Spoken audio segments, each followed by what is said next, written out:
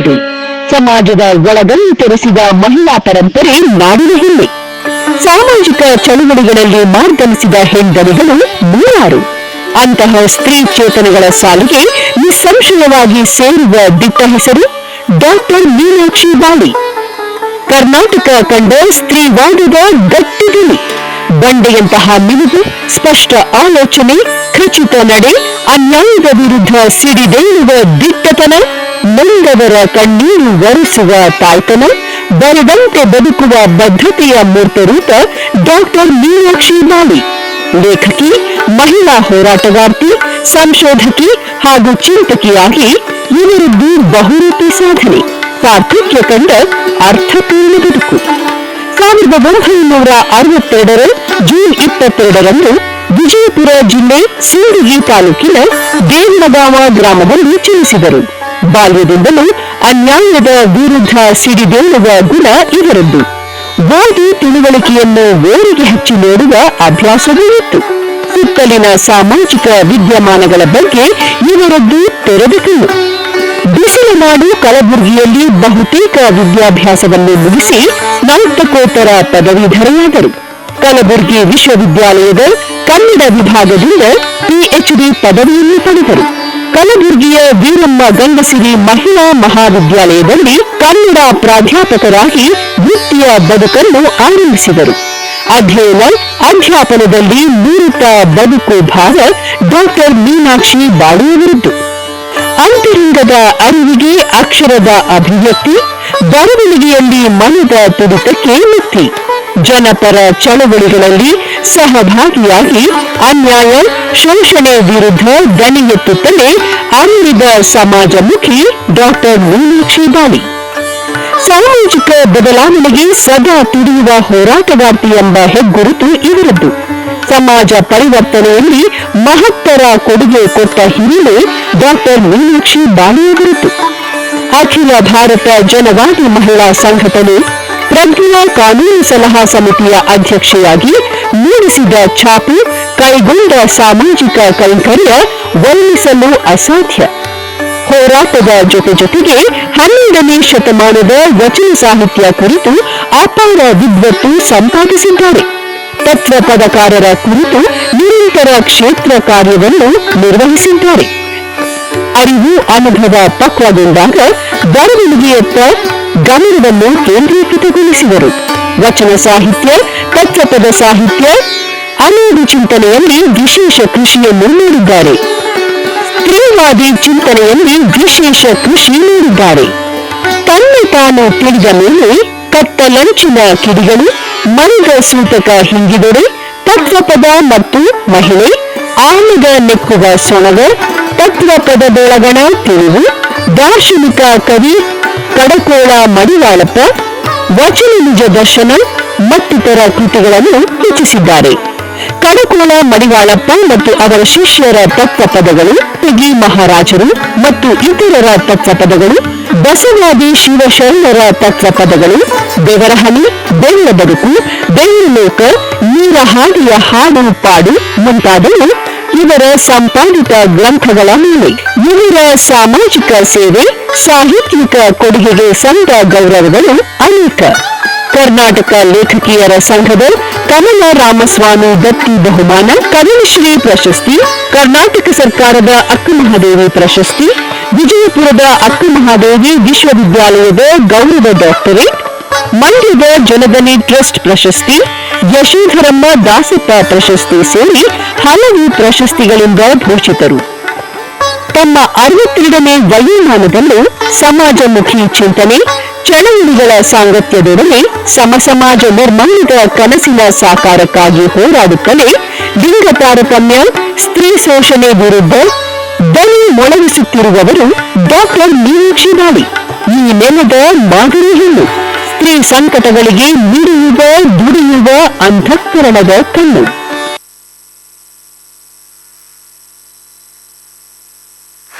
ಬಂಡೆಯಂತಹ ನಿಲುವು, ಸ್ಪಷ್ಟ ಆಲೋಚನೆ, ಈ ಎಲ್ಲ ಪದಗಳಿಗೆ ನಿಲುಕದ ವ್ಯಕ್ತಿ ಡಾಕ್ಟರ್ ಮೀನಾಕ್ಷಿ ಬಾಳಿ. ಪ್ರೀತಿಯಿಂದ ಅವ್ರನ್ನ ವೇದಿಕೆಗೆ ನಾನು ಬರಮಾಡ್ಕೊಳ್ತಾ ಇದ್ದೇನೆ. ಜೊತೆಗೂಡಿ ಕನ್ನಡ ಮತ್ತು ಸಂಸ್ಕೃತಿ ಇಲಾಖೆ ನಿರ್ದೇಶಕರು KM ಗಾಯತ್ರಿ ಅವರು ಕೂಡ ವೇದಿಕೆಗೆ ಬರಬೇಕು ಅಂತ ಹೇಳಿ ವಿನಂತಿಯನ್ನು ಮಾಡ್ಕೊಳ್ತಾ ಇದ್ದೇನೆ. ಮನೆಯಂಗಳದಲ್ಲಿ ಮಾತುಕತೆ ತಿಂಗಳ ಅತಿಥಿಯಾಗಿ ಡಾಕ್ಟರ್ ಮೀನಾಕ್ಷಿ ಬಾಳಿ ಅವರು ಸಮಾಜಮುಖಿ ಚಿಂತಕಿ ಹಾಗೆಯೇ ಜನಮುಖಿ ಲೇಖಕಿಯಾಗಿ ಇವತ್ತು ಕಾರ್ಯಕ್ರಮದಲ್ಲಿ ನಮ್ಮ ಜೊತೆ ಇರ್ತಾರೆ.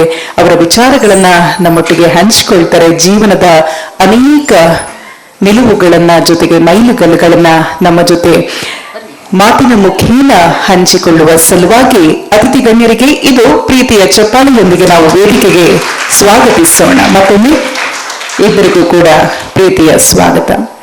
ಕಾರ್ಯಕ್ರಮಕ್ಕೆ ಬಂದಿರುವಂತಹ ಅತಿಥಿ ಗಣ್ಯರನ್ನ ನಿಮ್ಮೆಲ್ಲರನ್ನ ಬಹಳ ಆತ್ಮೀಯವಾಗಿ ಬರಮಾಡಿಕೊಳ್ಳುವ ಸಲುವಾಗಿ ಕನ್ನಡ ಮತ್ತು ಸಂಸ್ಕೃತಿ ಇಲಾಖೆ ನಿರ್ದೇಶಕರು KM ಗಾಯತ್ರಿ ಅವರು ಸರ್ವರನ್ನು ಕೂಡ ಸ್ವಾಗತಿಸಲಿದ್ದಾರೆ.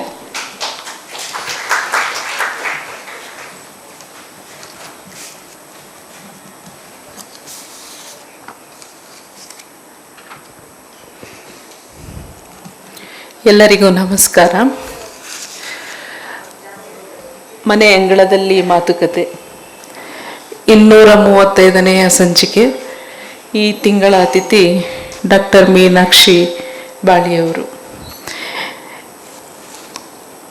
ಮನೆ ಅಂಗಳದ ಕಾರ್ಯಕ್ರಮದ ಬಗ್ಗೆ ಎಲ್ರಿಗೂ ಕೂಡ ಗೊತ್ತಿದೆ, ಎಲ್ಲರಿಗೂ ಕೂಡ ಇದರ ಪರಿಚಯನೂ ಕೂಡ ಇದೆ.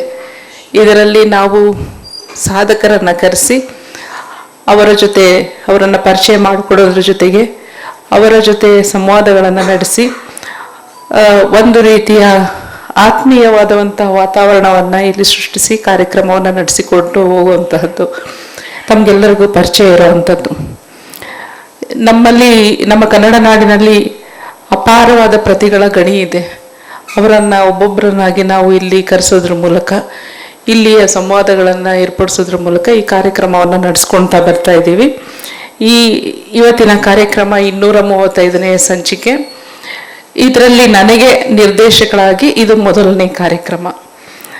ನನಗೆ ತುಂಬ ಹೆಮ್ಮೆ ಅನ್ನಿಸ್ತಾ ಇದೆ ಈ ಕಾರ್ಯಕ್ರಮದ ಬಗ್ಗೆ ನಾನು ಕೂಡ ಪಾಲ್ಗೊಳ್ತಾ ಇರುವಂಥದ್ದು ನಿರ್ದೇಶಕಿಯಾಗಿ. ತಾವೆಲ್ಲರೂ ಕೂಡ ಈ ಕಾರ್ಯಕ್ರಮಕ್ಕೆ ಆಗಮಿಸಿದ್ದೀರಿ. ತಮಗೆಲ್ರಿಗೂ ಕೂಡ ನಾನು ಕನ್ನಡ ಸಂಸ್ಕೃತಿ ಇಲಾಖೆಯಿಂದ ಮತ್ತು ವೈಯಕ್ತಿಕವಾಗಿ ನಾನು ಸ್ವಾಗತವನ್ನು ಕೋರ್ತೇನೆ. ಹಾಗೆಯೇ ಡಾಕ್ಟರ್ ಮೀನಾಕ್ಷಿ ಬಾಳಿಯವರು ಕಲಬುರಗಿಯಿಂದ ಬಂದಿದ್ದಾರೆ, ಅವ್ರಿಗೂ ಕೂಡ ನಾನು ಸ್ವಾಗತವನ್ನು ಕೋರ್ತೇನೆ. ಮತ್ತು ಅವರ ಸಂಬಂಧಿಕರೆಲ್ಲರನ್ನೂ ಕೂಡ ಪರಿಚಯ ಮಾಡಿಕೊಟ್ರು, ಅವರು ಕೂಡ ಇಲ್ಲಿ ಆಗಮಿಸಿದ್ದಾರೆ, ಅವ್ರಿಗೂ ಕೂಡ ನಾನು ಸ್ವಾಗತವನ್ನು ಕೋರ್ತೇನೆ.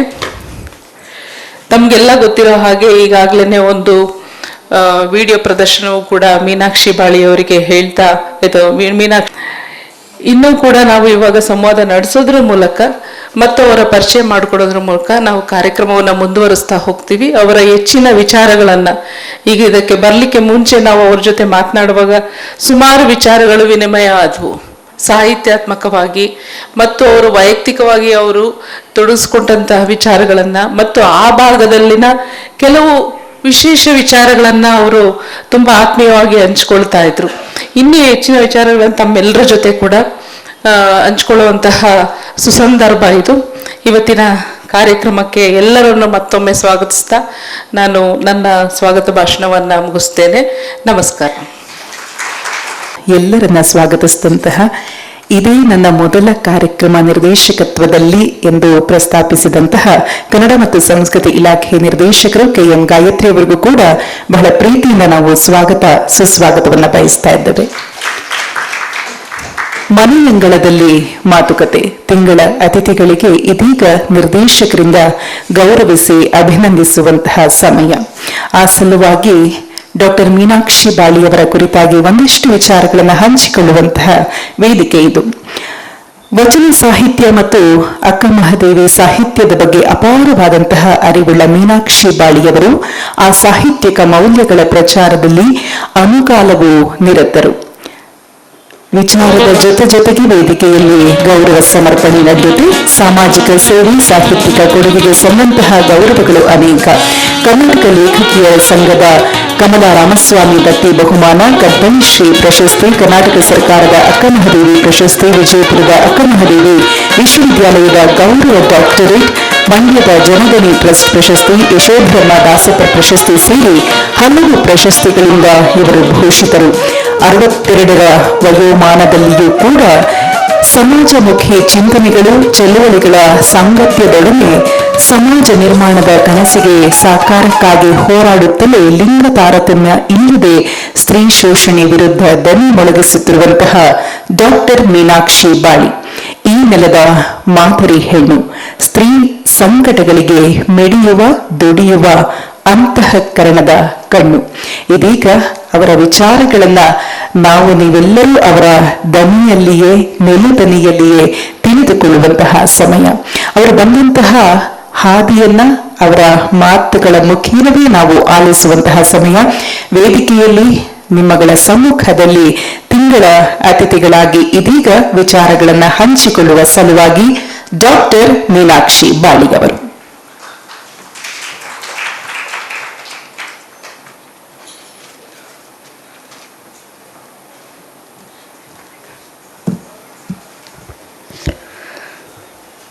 ಅಡ್ಡ ದೊಡ್ಡ ನಾನಲ್ಲವಯ್ಯ, ಅಡ್ಡ ದೊಡ್ಡ ನಾನಲ್ಲವಯ್ಯ, ದೊಡ್ಡ ಹೊಟ್ಟೆ ಎನಗಿಲ್ಲವಯ್ಯ, ಮಾವಿನಕಾಯಿಯೊಳಗೊಂದು ಎಕ್ಕೆಕಾಯಿ ನಾನಯ್ಯ, ಕೂಡಲ ಸಂಗಮ ದೇವ.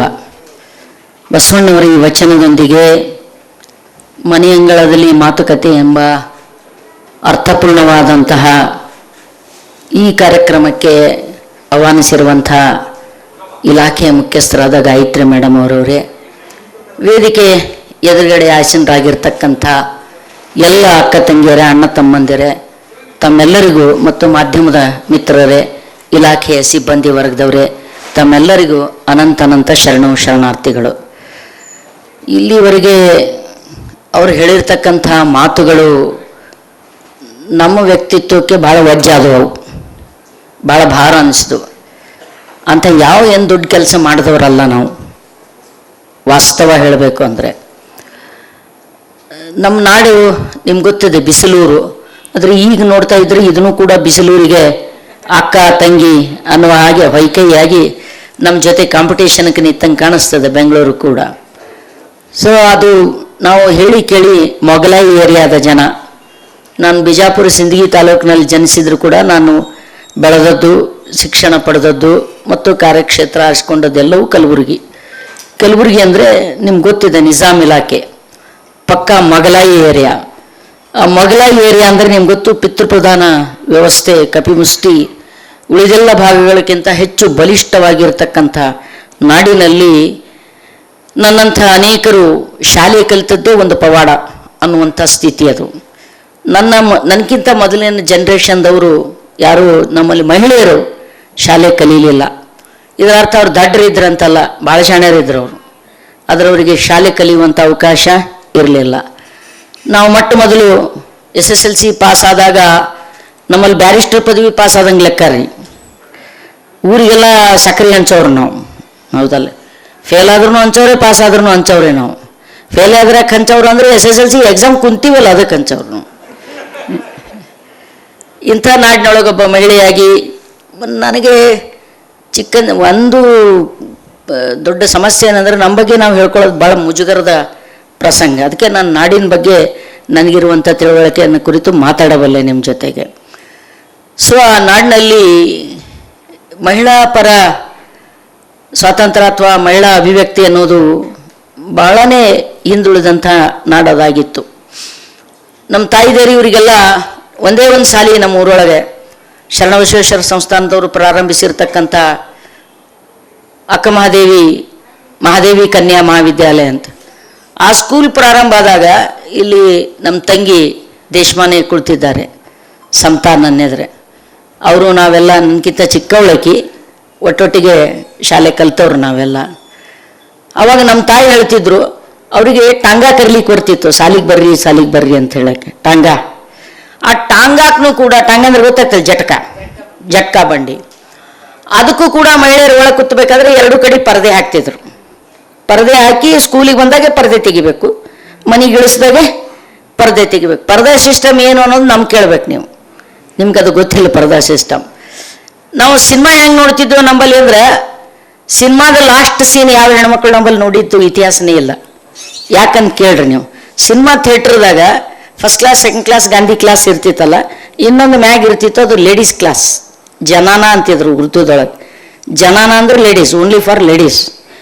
ಅವರೆಲ್ಲ ಕೂತ್ ಬಳಕ ಆ ಲೇಡೀಸ್ ಕಂಪಾರ್ಟ್ಮೆಂಟ್ ಏನು ಇರ್ತಿತ್ತು ಅದಕ್ಕೊಂದು ಎದುರು ಪರದೆ ಎಳೆದಿರ್ತಿದ್ರು. ಅದು ಎಲ್ಲರೂ ಒಳಗೆ ಹೋಗಿ ಕುಂತು ಸಿನಿಮಾ ಚಾಲುವಾಗಿ ನೀವು ರಿಸೀಲ್ ಮುಗಿದು ಹೆಸರು ಬೀಳ್ಕತ್ತಾಗ ಪರದೆ ಅಂದ್ರೆ ಕತ್ಲಿರ್ಬೇಕಲ್ಲ ಒಳಗೆ ಥಿಯೇಟ್ರದಾಗ.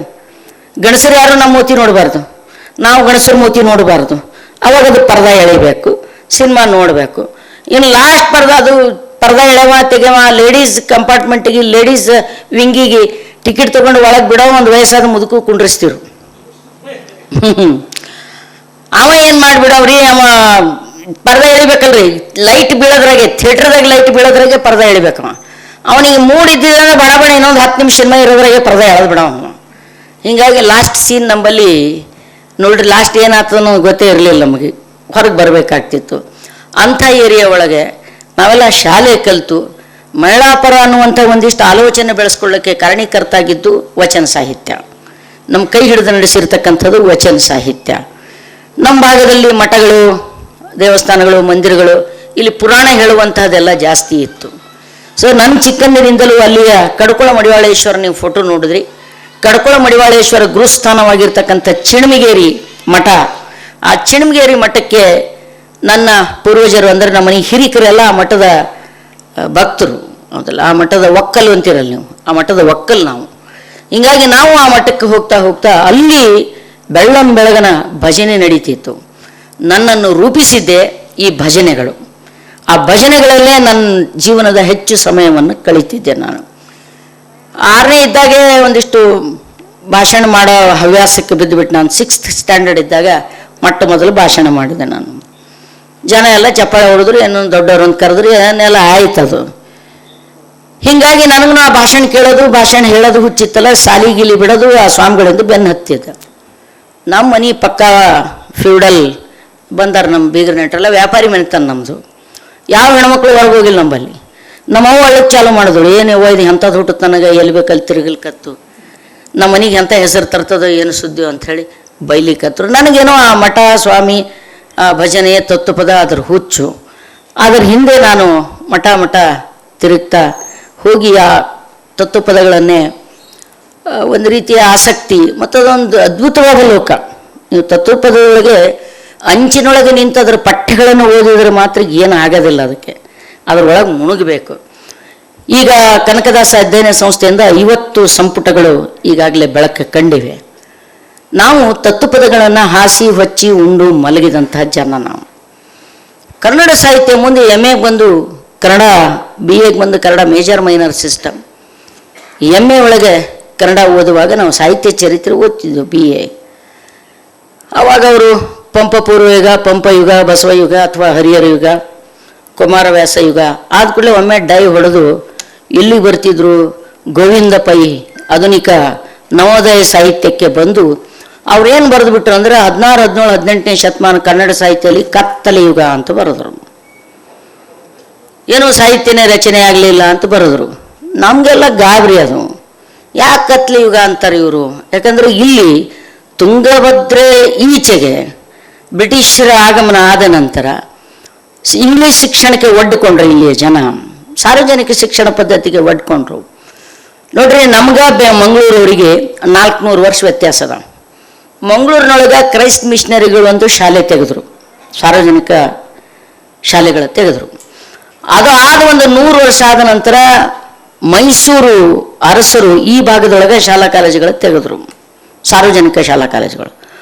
ಅದು ಆದ ಒಂದು 100 ವರ್ಷ ಆದ ನಂತರ ಧಾರವಾಡದಲ್ಲಿ ಡೆಪ್ಟಿ ಚನ್ನಬಸಪ್ಪನಂತವರೆಲ್ಲ ಸೇರಿ ಶಾಲೆಗಳು ತೆಗೆದ್ರು. ಅದು ಆದ ಒಂದು 100 ವರ್ಷ ಅಂದರೆ ಸ್ವತಂತ್ರ ಸಿಕ್ಕ ಬಳಕ ಶಿಕ್ಷಣ ಮೂಲಭೂತ ಹಕ್ಕು ಅಂತ ಘೋಷಣೆ ಆದ ಬಳಿಕ ನಮಗೊಂದು ಸಂವಿಧಾನ ರಚನೆಯಾಗಿ ಸಾರ್ವಜನಿಕ ಶಿಕ್ಷಣಕ್ಕೆ ಸರ್ಕಾರ ಇಷ್ಟು ಹಣ ತೆಗೆದಿಟ್ಟ ನಂತರ ನಮ್ಮಲ್ಲಿ ಶಾಲಾ ಕಾಲೇಜುಗಳ ಪ್ರಾರಂಭ. ಅಂದರೆ ಅಲ್ಲಿಗೆ 100 ವರ್ಷ. ಧಾರವಾಡದಿಂದ ಮೈಸೂರಿಗೆ, ಮೈಸೂರಿಂದ ಮಂಗಳೂರಿಗೆ ಬರಲಿಕ್ಕೆ 400 ವರ್ಷ ಹತ್ತು ನಮಗೆ. 400 ವರ್ಷ ಆದ ನಂತರ ನಾವು ಸಾರ್ವಜನಿಕ ಶಿಕ್ಷಣಕ್ಕೆ ತೆರ್ಕೊಂಡೆವು. ಹಾಗಾಗಿ ಸಹಜವಾಗಿಯೇ ನವೋದಯ ಸಾಹಿತ್ಯ ಅಂತ ಈ ಭಾಗದೊಳಗೆ ಪ್ರಚಲಿತವಾಗಿದ್ದದ್ದು.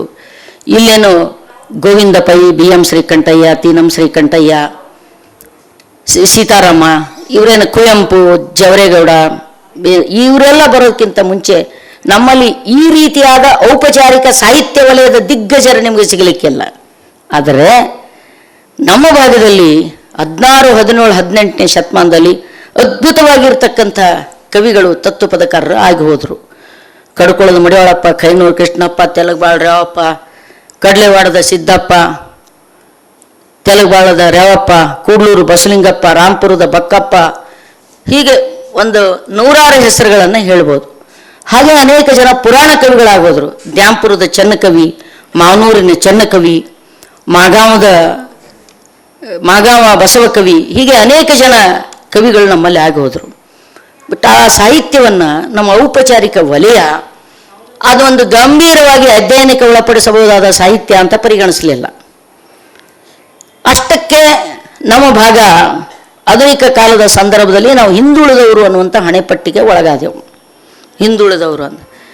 ಈಗ ಮೇಡಮ್ ಅವ್ರಂಗೆ ಒಂದು ಪ್ರಶ್ನೆ ಕೇಳಿದ್ರು, ನಿಮ್ಮಲ್ಲಿ ಪ್ರಸಿದ್ಧವಾಗಿರ್ತಕ್ಕಂಥ ಪ್ರಕಟಣಾ ಸಂಸ್ಥೆಗಳೇನಾದರೂ ಇವೆಯಾ ಅಂತ ಕೇಳಿದ್ರು.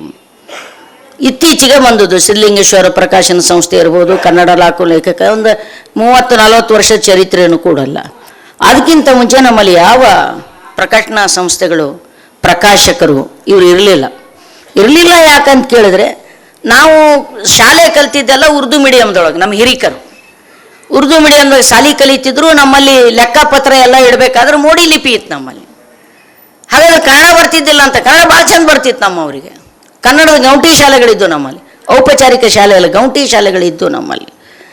ಹೀಗಾಗಿ ನಾವು ಚಿಕ್ಕವರಿದ್ದಾಗ ನಮ್ಮಲ್ಲಿ ಭಾಷಣ ಗೀಷಣ ಯಾರೇ ಚಾಲು ಮಾಡಿದ್ರು ಉರ್ದುದಾಗೆ ಚಾಲು ಮಾಡ್ತಿದ್ರು ಅವರು. ಬಾಯಿಯವ್ರ ಬೈನೋ, ಹಾಜರಾ ಅವ್ರ ಖವಾತೀನ್ ಅಂತೇಳಿ ಚಾಲು ಮಾಡೋರು. ಹೀಗಾಗಿ ಕನ್ನಡ ಸಾಹಿತ್ಯವನ್ನು ಕುರಿತು ಅಧ್ಯಯನ ಮಾಡುವುದು ಅಂದರೆ ನಾವು ಏನು ತಿಳ್ಕೊಂಡೇವೆ, ಕುವೆಂಪು, ಬೇಂದ್ರೆ, ಜವರೇಗೌಡ ಇವ್ರನ್ನ ಅಧ್ಯಯನ ಮಾಡೋದೇ ಕನ್ನಡ ಸಾಹಿತ್ಯ ಅಂತ ತಿಳ್ಕೊಂಡೆವು. ಆದರೆ ನಮಗೆ ಮೊದಲಿನಿಂದಲೂ ಒಂದು ಹುಚ್ಚಿತ್ತು, ನಮ್ಮ ನಾಡಿನ ತತ್ವಪದಗಳು ಭಾಳ ಮುಖ್ಯ ಅಂತೇಳಿ. ನಾನು 8ನೇ ಕ್ಲಾಸ್ ಇದ್ದಾಗ ಮಡಿವಾಳಪ್ಪನವ್ರ ಪದಗಳನ್ನೆಲ್ಲ ಸಂಗ್ರಹ ಮಾಡಿ, ನಮ್ಮ ತಂದೆ ಭಾಳ ದೊಡ್ಡ ಈ ಮಡಿವಾಳಪ್ಪನ ಭಕ್ತರಾಗಿದ್ದರು. ಅವರು ತತ್ವಪದದ ಬಗ್ಗೆ ಅವರಿಗೆ ಒಂದು ಅಪಾರವಾದ ಆಸಕ್ತಿ ಇತ್ತು. ನನ್ನ ಗುರುಗಳು MS ಲಟ್ಟೆಯವರು. ಲಟ್ಟೆಯವರ ಮಗಳು ನಾನು ಕ್ಲಾಸ್ಮೇಟ್ ಇಬ್ಬರು, 8th ಸ್ಟ್ಯಾಂಡರ್ಡ್ ಹಿಡ್ಕೊಂಡು ನಾವಿಬ್ಬರು ಒಂದೇ ಸ್ಕೂಲ್ನಾಗ ಓದೆವು. ಸರ್ ಅಲ್ಲಿ ಟ್ರಾನ್ಸ್ಫರ್ ಆಗಿ ಬಂದಿದ್ದರು. ಅವಾಗ ನಾನು 10ನೇ ಇದ್ದಾಗ ಮಡಿವಾಳಪ್ಪನ ಮೋಡಿ ಲಿಪಿಯಲ್ಲಿದ್ದಂಥ ಹಾಡುಗಳನ್ನೆಲ್ಲ ಕನ್ನಡಕ್ಕೆ ಲಿಪಿಬದ್ಧಗೊಳಿಸಿ ಸರ್ ಎದುರು ಹೋಗಿ, ಸರ್ ಇವು ಪ್ರಿಂಟ್ ಮಾಡಿಸ್ಬೇಕ್ರಿ ಅಂತ ಒದ್ದಾಡಿದೆವು ನಾವು. ಒಂದು ಮಡಿವಾಳಪ್ಪನ ಪದಗಳನ್ನು ಪ್ರಿಂಟ್ ಮಾಡಿಸ್ಲಿಕ್ಕೆ ಕನಿಷ್ಠ 2-3 ವರ್ಷ ಒದ್ದಾಡಬೇಕಾಗಿತ್ತು, ಬರೀ ಪ್ರಿಂಟ್ ಮಾಡಿಸ್ಲಿಕ್ಕೆ.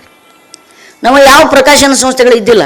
ನಮ್ಮ ಹಿರಿಯರಿಗೆ ಹೋಗಿ ಪದಾವರಿ ಪ್ರಿಂಟ್ ಮಾಡ್ಬೇಕಂದ್ರೆ ಅವಾಗ ನೀನು ಓದ್ಸ ಭಜನೆ ಹಾಡವೆಲ್ಲ ಪ್ರಿಂಟ್ ಮಾಡ್ತಾರೆ, ನಿನಗೆ ಬುದ್ಧಿ ಯಾವುದಿಲ್ಲ ಅಂತ ಕೇಳೋರು ನಮ್ಮಲ್ಲಿ.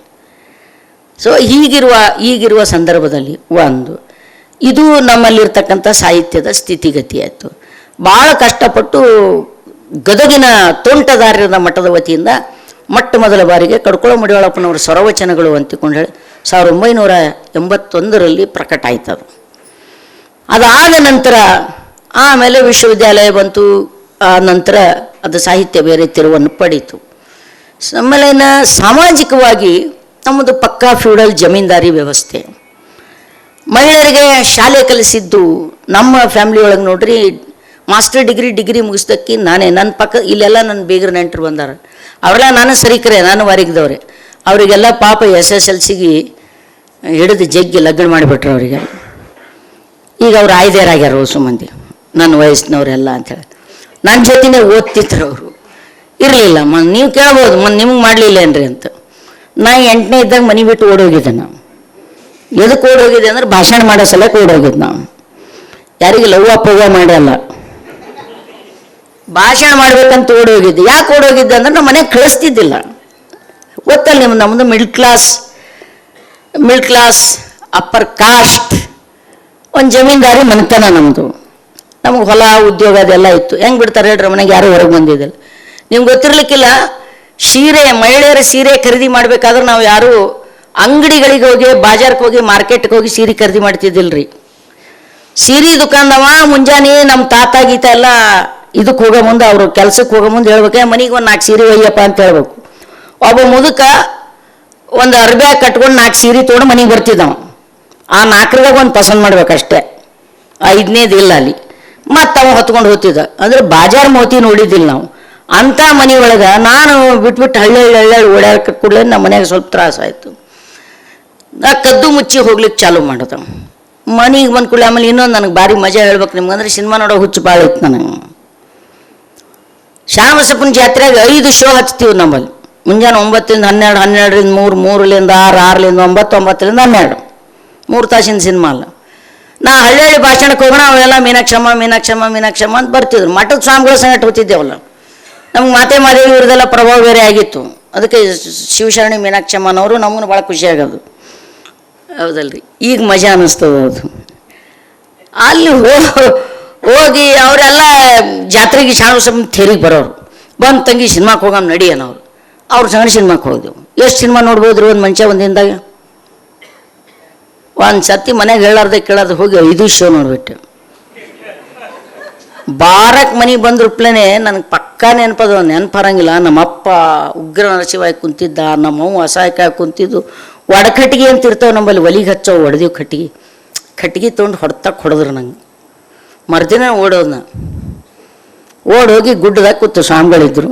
ಸ್ವಾಮಿಗಳಿಂದ ಬಾ ಮೀನಾಕ್ಷಮ್ಮ ಬಾ ಭಾಷಣ ಮಾಡೋ ಅಂದ್ರೆ, ಸಣ್ಣವ್ರಲ್ರಿ ಸುಮ್ಮನೆ ಏನು ಹೇಳಿದ್ರು ಚಲೋ ಅನ್ನಿಸ್ತಿತ್ತು. ಭಾಷಣ ಮಾಡಿದ್ರು. ಅಲ್ಲಿಂದ ಮುಂದಿನವ್ರು ಒಂದು 8-10 ದಿನ ಆಯ್ತು. ನಮ್ಮವ್ವ ಅಪ್ಪ ಪರೇಶಾನ್ ಆದರು. ಪರೇಶಾನಾಗಿ ಕಡೆ ಗುಡ್ಡಕ್ಕೆ ಹೋಗ್ಯಾರ ಅಂತ ಗುಡ್ಡಕ್ಕೆ ಬಂದರು ಅವರು. ಗುಡ್ಡಕ್ಕೆ ಬಂದಾಗ ಎಲ್ಲಿ ಹೋಗ್ಯಾರ ಸ್ವಾಮಿಗಳು? ಬಂತನಾಳಕ್ಕೆ ಹೋಗ್ಯಾರ. ನಮ್ಮ ಅವ್ವ ಅಪ್ಪ ಪಾಪ ಬಂತನಾಳಕ್ಕೆ ಬಂದರು. ಬಂತನಾಳ ಭಾಷಣ ಮುಗಿಸಿ 2ನೇ ಊರಿಗೆ ಹೋಗಿದ್ದೇವೆ ನಾವು. ಎಲ್ಲಿ ಹೋಗ್ಯಾರ? ರೋಗಿಗೆ ಹೋಗ್ಯಾರ. ರೋಗಿಗೆ ಬಂದರು. ರೋಗಿಲಿಂದ ಎಲ್ಲಿ ಹೋಗ್ಯಾರ? ಸಿಂದಗಿಗೆ. ನಮ್ಮ ಅಪ್ಪ ಥಕಾಯಿಸ್ಬಿಟ್ಟವ್ ನಾನು ತಿರುಗಿ. ಕೊನೆಗೆ ಅವ್ರು ಹೇಳಿದ್ರು, ಯಾರು ಎಲ್ಲೇ ಹೋದ್ರು ಅಪ್ಪವರು ಅಮಾಸಿ ದಿನ ಗುಡ್ಡಕ್ಕೆ ಬರ್ತಾರೆ. ಅಮಾಸಿ ದಿನ ಹೆಂಗೆ ಗುಡ್ಡದ ಮುತ್ತಿಯವ್ರ ಸಂಗಟ ಬರ್ತಾರೆ ಅವ್ರು. ಅಮಾಸಿ ದಿನ ನಮ್ಮವ್ವ ಅಪ್ಪ ಬಂದು ಗುಡ್ಡಕ್ಕೆ ಕುಂತರು. ಮರದಿನ ಮುಂಜಾನೆ ಪೂಜೆ ಗೀಜೆ ಆಗಿ ಗುರುಮಠ ಅಂತ ಇರ್ತದೆ ನಮ್ಮಲ್ಲಿ. ಗುರುಮಠದಾಗ ಮುತ್ತಿಯವ್ರು ಕುಂತ ಕೂಡಲ ನಮ್ಮ ಅಪ್ಪ ಹೋಗಿ ಅವ್ರ ಕಾಲು ಹಿಡ್ದು ಅಳ್ಳಕ್ಕೆ ಚಾಲು ಮಾಡಿದ್ರು. ನನ್ನ ಮಗಳು ನನ್ನ ಮನೆಗೆ ಕಳಿಸ್ರಿ ಅಂತ. ನಾ ಹೋಗಲ್ರಿ ಅಪ್ಪ, ನಾ ಮಠದಾಗೆ ನಾನು ಮಾತೆ ಮಾದೇವ್ರಂಗೆ ಒಂದು ಆಶ್ರಮ ಕಟ್ತೀನಿ ರೀ ಅಂದೆ. ಅದೇ ಪ್ರಭಾವ ಅಲ್ಲ ನಮ್ಮ ಮ್ಯಾಗೆಲ್ಲ. ಅವಾಗ ಕಟ್ತೀನಿ, ನಾವು ಹೋಗಲ್ರಿ ಮನ್ಯಾಗ, ನಾನು ಮಡವಳೇಶ್ವರ ತತ್ವ ಪದಗಳನ್ನು ಎಲ್ಲ ಕಡೆ ಪಸರಿಸ್ತೀನಿ ರೀ ಅಂತ. ನಮ್ಮ ಅವ್ವ ಅಪ್ಪ ಇಲ್ರಿ ಸಣ್ಣ ಕಳ ಸ್ವಲ್ಪ ವಯಸ್ಸು ಮುಗಿತನ ಮನೆಗೆ ಬರಲಿ ಹಾಗೆ ಹಿಂಗೆ. ನಮ್ಗೊಂದು ಹುಚ್ಚತನ ಇತ್ತು. ಒಂದು ಟೀಮ್ ಇತ್ತು ನಮಗೆಲ್ಲ, ಒಂದು 8 ಮಂದಿ ಟೀಮ್ ಇತ್ತು. ನಾವೆಲ್ಲ ನಮ್ಮ ಹೆಸರು ಮಾಂತಪುರ ಅಂತ ಇಟ್ಕೋತಿದ್ದೇವೆ ನಾವು. ನಮ್ಮ ಟೀಮ್ ಇತ್ತು. ನಾನು ಮನೆಗೆ ಹೋಗ್ಬೇಕಾದ್ರೆ ಒಂದು ಕಂಡೀಷನ್. ಏನು ಕಂಡೀಷನ್? ನೀ ಮುತ್ತೆಯವ್ರ ಪಾದ ಮುಟ್ಟು. ನಾವಲ್ಲಿ ಪಾದ ಮುಟ್ಟೋದಂದ್ರೆ ದೊಡ್ಡದ್ರಿ ನಮ್ಮ ಕಡೆ. ಪಾದ ಮುಟ್ಟಿ ನನಗೆ ಆ ಭಾಷಣಕ್ಕೆ ಹೋಗ್ತಾಳೆ ಈ ಭಾಷಣಕ್ಕೆ ಹೋಗ್ತಾಳೆ ಅಂತ ಕಂಡೀಷನ್ ಹಾಕೋದಿಲ್ಲ. 1ನೇದು ಮುಟ್ಟು. 2ನೇ ಕಂಡೀಷನ್, ಆ ಗಂಡಸರ ಸಂಗಟ ನಿಂತು ಮಾತಾಡಿದಳು ಈ ಗಂಡಸರ ಸಂಗಟ ನಿಂತು ಮಾತಾಡಿದಳು ಯಾಕೆ ಮಾತಾಡಿದಳು ಅಂತ ಕೇಳೋದಿಲ್ಲ. 2ನೇ ಕಂಡೀಷನ್ ಮುಟ್ಟು. 3ನೇ ಕಂಡೀಷನ್, ನೀ ಮದುವೆ ವಯಸ್ಸಾಗಿದೆ ನನಗೆ ಲಗ್ನ ಮಾಡ್ತೀನಿ ಮದುವೆ ಮಾಡ್ಕೋತೀನಿ ಅಂತ ಕಾಯಿ ಕುಯಿ ಅನ್ನೋದಿಲ್ಲ. ಇವು 3 ಕಂಡೀಷನ್ ಹಾಕಬೇಕಂದ್ರೆ ಪಾಪ ನಮ್ಮಪ್ಪ ಹಾಕದ. ಮತ್ತು ಅದ್ರಂಗೆ ಕೊನೆಯ ತನಕ ನಮ್ಮ ತಂದೆ ಅದನ್ನು ನಮ್ಮ ತಾಯಿ ಪಾಲಿಸಿದ್ರು. ಅದಾದ ನಂತರ ನಾವು ಡಿಗ್ರಿಗೆ ಬಂದ ಕೂಡಲೇ ಆಧುನಿಕ ಸಾಹಿತ್ಯವನ್ನು ಓದಿ ಲಂಕೇಶ್ ಇತ್ಯಾದಿಯವರನ್ನ ವಿಶೇಷವಾಗಿ ಓದ್ದೆವು ನಾವು. ಬಂಡಾಯ ಸಾಹಿತ್ಯ ಸಂಘಟನೆಯ ಸಂಪರ್ಕಕ್ಕೆ ಬಂದೆವು. ಅದಕ್ಕಿಂತ ಮುಂಚೆ ನನ್ನ ಮೇಲೆ ಪ್ರಭಾವ ಬೀರಿದು ವಚನ ಸಾಹಿತ್ಯ ಮತ್ತು ತತ್ವಪದ ಸಾಹಿತ್ಯ. ನಾನು ಭಾಳ ಕಾಡೋದವಳು ಅಕ್ಕ ಮಾದೇವಿ. ಅದಾದ ನಂತರ ಮಡಿವಾಳಪ್ಪನ ತಾಯಿ ಬಿದ್ನೂರಿನ ಗಂಗಮ್ಮ. ಅವಳ ಬದುಕೇ ಒಂದು ರೋಚಕವಾದದ್ದು, ಒಂದು ಅದ್ಭುತವಾಗಿರ್ತಕ್ಕಂಥ ಬಂಡಾಯ. ಅಂಥ ಫ್ಯೂಡಲ್ ವ್ಯವಸ್ಥೆಯಲ್ಲಿ ಮದುವೆ ಇಲ್ಲದೆ ವಿಧವೆ ಅನಿಸ್ಕೊಂಡು ಮಠದ ಸ್ವಾಮಿಯೊಂದಿಗೆ ಸಂಪರ್ಕ ಬೆಳೆಸಿ ಮಗನನ್ನು ಹಿಡಿದು ಜಾರತನವ ಮಾಡಿದ ನಮ್ಮ ಜಂಗಮ ನೊಡಗೂಡಿ ಅಂತೂ ಡಾಣಾಡಂಗರವಾಗಿ ಹೇಳಿರ್ತಕ್ಕಂಥದ್ದು. ಹಾದಿ ತಿಳಿಯದೆ ಗಾದಿಯ ನಾಡುವರು ವಾದ ತರ್ಕದಿಂದೆ ಜಾರತನದಿ ಜಾಣಿ ಕಾಡಿದನ ಪುನರಪ್ಪಿ ಬೋಧ ಹೇಳಿದನ ಶಿವಲಿಂಗ ಶಂಭೋ ರಸಿಕನ ಧರೆಯೊಳು ಗುರು ಬಿದನೂರ ವಿರ್ಪಾಕ್ಷನ ಆತನ ಉದರದಿ ಮಡಿವಾಳ ಜನಿಸಿದನ ಅಂತ ಪದ ಬರ್ಲಿಕ್ಕೆ. ಮಗನೊಂದು ಹಡದೇನಲ್ಲ ಮದುವೆ ಗಂಡ ಮನೆಯೊಳಗಿಲ್ಲ ಎಂಥದ್ದು ಜಗವೇ ತಾಯಿ ಜಾಣಿ ನಾ ಸುಳ್ಳು ಹೇಳೋದಿಲ್ಲ. ಮಗನೊಂದು ಹಡದೇನಲ್ಲ ಮದುವೆ ಗಂಡ ಮನೆಯೊಳಗಿಲ್ಲ ಎಂಥದ್ದು ಜಗವೇ ತಾಯಿ ಜಾಣಿ ನಾ ಸುಳ್ಳು ಹೇಳೋದಿಲ್ಲ. ಉಂಡು ಹುಟ್ಟು ತಿರುಗಲಿಲ್ಲ ಮಿಂಡಿನ ಬಸರಾಗಲಿಲ್ಲ ಪುಂಡ ಮಹಾಂತೇಶ ನಿನ್ನ ಕಂಡ ಹೆಸರು ಇಟ್ಟೇನಲ್ಲ. ಊರಕೇರಿ ತಿರುಗಲಿಲ್ಲ ನಾರ್ಯರು ಕೇಳಿರಿಸಲ್ಲ ಪಾರ ಒಂದು ಹುಟ್ಟಿತ್ತಲ್ಲ ತುಪ್ಪ ಎಣ್ಣೆ ಎರೆಯಲಿಲ್ಲ, ಚಪ್ಪಳಿಗೆ ಬಾರಿಸಲಿಲ್ಲ, ಅಪ್ಪನೆಂದು ಕರೆಯಲಿಲ್ಲ, ಮುಪ್ಪಿನವರು ಕೇಳಿರಿ ಸೊಲ್ಲ. ಈ ಪದ ನಮ್ಮ ಸಹಜವಲ್ಲ, ಈ ಪದಗಳು ಎಷ್ಟು ಅದ್ಭುತವಾಗಿ ಕಾಡ್ತವೆ. ಈ ಪದಗಳೆಲ್ಲ ಕಾಡಿತ್ತು. ಮಠಗಳಲ್ಲೇ ನಾನು ಹೆಚ್ಚು ಕಡಿಮೆ ನನ್ನ BA ವರೆಗೆ ಮಠದಲ್ಲಿ ಬೆಳೆದೆ. ನಾನು 7ನೇ ತನ ನನ್ನ ಮ್ಯಾಥ್ಸ್ ಚಲೋ ಇತ್ತು ಮೇಡಮ್. 80, 90, 95 ತಗೋತಿದ್ದೆ. 7ನೇ ಆದ ನಂತರ ನನ್ನ ಮ್ಯಾಥ್ಸ್ ಹೊಡಿತು. ಯಾಕೆ ಹೊಡಿತು ಗೊತ್ತಾ? ನಾನು ಶಾಲೆಗೆ ಹೋಗ್ಲಿಲ್ಲ ರೀ, ಊರೂರು ತಿರ್ಕೋತ ಭಾಷಣ ಮಾಡ್ಕೋತೆ ಹೊಂಟು ನಾನು. ಆಮೇಲೆ ನನಗೆ ಮ್ಯಾಥ್ಸು ತಲೆಗೆ ಹೋಗಲಿಲ್ಲ, ಸೈನ್ಸು ತಲೆಗೆ ಹೋಗಲಿಲ್ಲ. ಮ್ಯಾಥ್ಸ್ ಸೈನ್ಸ್ ಎರಡೂ ತಲೆಗೆ ಹೋಗಲೇ ಇಲ್ಲ. ಏನೋ ಒಟ್ಟು ಪಾಸಿಂಗ್ ಮಾರ್ಕ್ಸ್ ತೊಗೊಂಡು ಮ್ಯಾಗ ಬರ್ತಿದ್ದೆ. ಮ್ಯಾಥ್ಸ್ ಪೇಪರ್ ಬಂದರೆ ಗಡಗಡ ನಡಿಗೆ ಮ್ಯಾಗ ಬರ್ತೀವಿ, ಶ್ರೀ ಗುರು ಶರಣಬಸವೇಶ್ವರ ಕಾಪಾಡಲಿ ಅಂತ ಬರಿತೀನಿ. ನಮ್ಮ ಮ್ಯಾಥ್ಸ್ ಟೀಚರ್ ಇದ್ರು, ಸಮತಾ ಗೊತ್ತಿರ್ತದೆ, ಲಲಿತಾಂಬ ಮೂರ್ತಿ ಅಂತ. ಅವರು ನೋಡಿ ನನ್ನ ಪೇಪರ್ ನೋಡಿ, ಆಯಿತು, ಹುಣ್ಣಿಮೆಗೊಮ್ಮೆ ಅಮಾಸಿಗೊಮ್ಮೆ ಶಾಲೆಗೆ ಬಂದರೆ ನಿನ್ಗೇನಾದ್ರು ಮ್ಯಾಥ್ಸ್ ಹತ್ತದ, ಕಾಪಾಡೋದಿವ್ರ ಕಾಪಾಡ್ತಾನೆ, ನೀನು ಬರ್ಬಿಟ್ರೆ ಕಾಪಾಡ್ತಾನ ಅಂದ್ಬಿಟ್ಟಿದ್ರು ಅವರು. ಹೀಗಾಗಿ ನಾನು, ಆದರೆ ನನಗೆ ಒಂದು ಮೊದಲಿನಿಂದಲೂ ಹುಚ್ಚಿತ್ತು. ನಮ್ಮ ಅಪ್ಪಗೂ ಆ ಕನಸಿತ್ತು, ನೀನು ಕನ್ನಡ ಮಾಡಬೇಕು, ಮಡಿವಾಳಪ್ಪನ ಮ್ಯಾಗ PhD ಮಾಡಬೇಕು, ಮಡಿವಾಳಪ್ಪನ ಜಗತ್ತಿಗೆ ತಗೊಂಡು ಹೋಗಬೇಕು ಅನ್ನುವಂಥದ್ದು ಒಂದು ದೊಡ್ಡ ಕನಸಿತ್ತದು. ನಮ್ಮ ತಂದೆಯ ಕನಸು ಕೂಡ ಹೌದು, ನನ್ನ ಕನಸು ಕೂಡ ಅದಾಗಿತ್ತು. ಅದೊಂದು ಅದ್ಭುತವಾದ ಲೋಕ ಅದು. ಆ ಅವಧೂತ ಲೋಕ ಇದೆಯಲ್ಲ, ಅದು ಆ ಅವಧೂತ ಲೋಕದಲ್ಲಿ ಲೋಕ ಬದುಕಿನ ಯಾವ ಕಿಲ್ಬಿಷಗಳು ಅಲ್ಲಿ ಇರೋದಿಲ್ಲ, ಯಾವ ಕ್ಲೀಶಗಳು ಅಲ್ಲಿ ಇರೋದಿಲ್ಲ.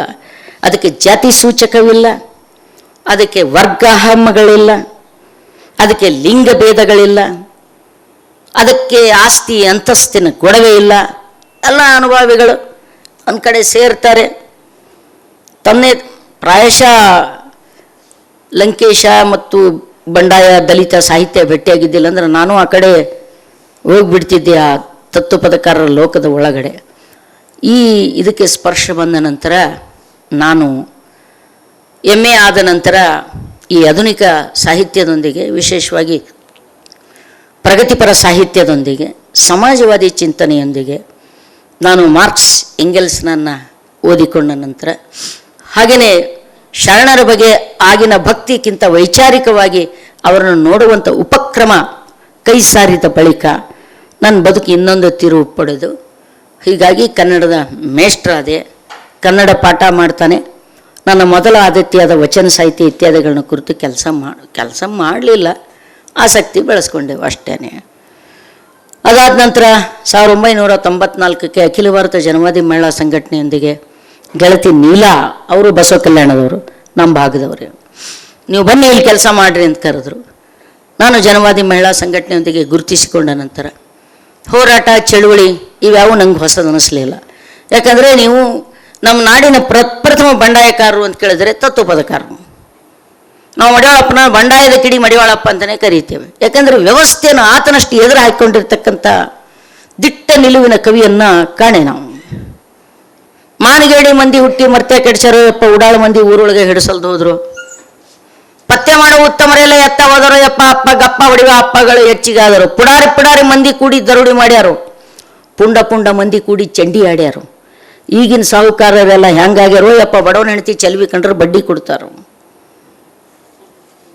ಲೆಕ್ಕ ಪಕ್ಕ ಇಲ್ಲದೆ ಇವರು ಖಾತೆ ನಡೆಸಾರೋ, ಹೋತಿನಂಗ ಜೋತುಕೊಂಡು ಅಲ್ಲೇ ಕುಂತಾರೋ, ಬಡವನ ಮೇಲೆ ಕಟ್ಲ ಒರೆಸಿ ಕೋರ್ಸಿ ಗಳಿಸ್ಯಾರೋ, ಇವರು ನಾಚಿಕೆಂಬ ಹುರಿಯ ಮಾಡಿ ತೆಲಿಗೆ ಸುತ್ತ್ಯಾರೋ. ಇಷ್ಟು ನೇರವಾಗಿ ಖಂಡಿಸಿರ್ತಕ್ಕಂಥದ್ದು. ತತ್ವಪದಕಾರ್ತಿ ಗಂಗಮ್ಮ ಮಡಿವಾಳಪ್ಪನ ತಾಯಿ. ಅದೊಂದು ಪ್ರಸಂಗ ಹೇಳಿ ನಾನು ಮಾತು ಮುಗಿಸ್ತೇನೆ. ನೀವೇನಾದರೂ ಕೇಳಿದ್ರೆ ಮೊದಲೇ ಸಬ್ಮಿಷನ್ ಮಾಡ್ತೇನೆ. ತತ್ವಪದ ಸಾಹಿತ್ಯ, ವಚನ ಸಾಹಿತ್ಯ ಅದೊಂದು ದೊಡ್ಡ ಸಾಗರ. ಅದರೊಳಗೆ ವಿದ್ವತ್ತನ್ನು ಸಾಧಿಸ್ತೇವೆ ಅನ್ನುವಂಥ ಉಚ್ಚತನಕ್ಕೆ ಯಾರೂ ಇಳಿಲಿಕ್ಕೆ ಸಾಧ್ಯ ಆಗೋದಿಲ್ಲ.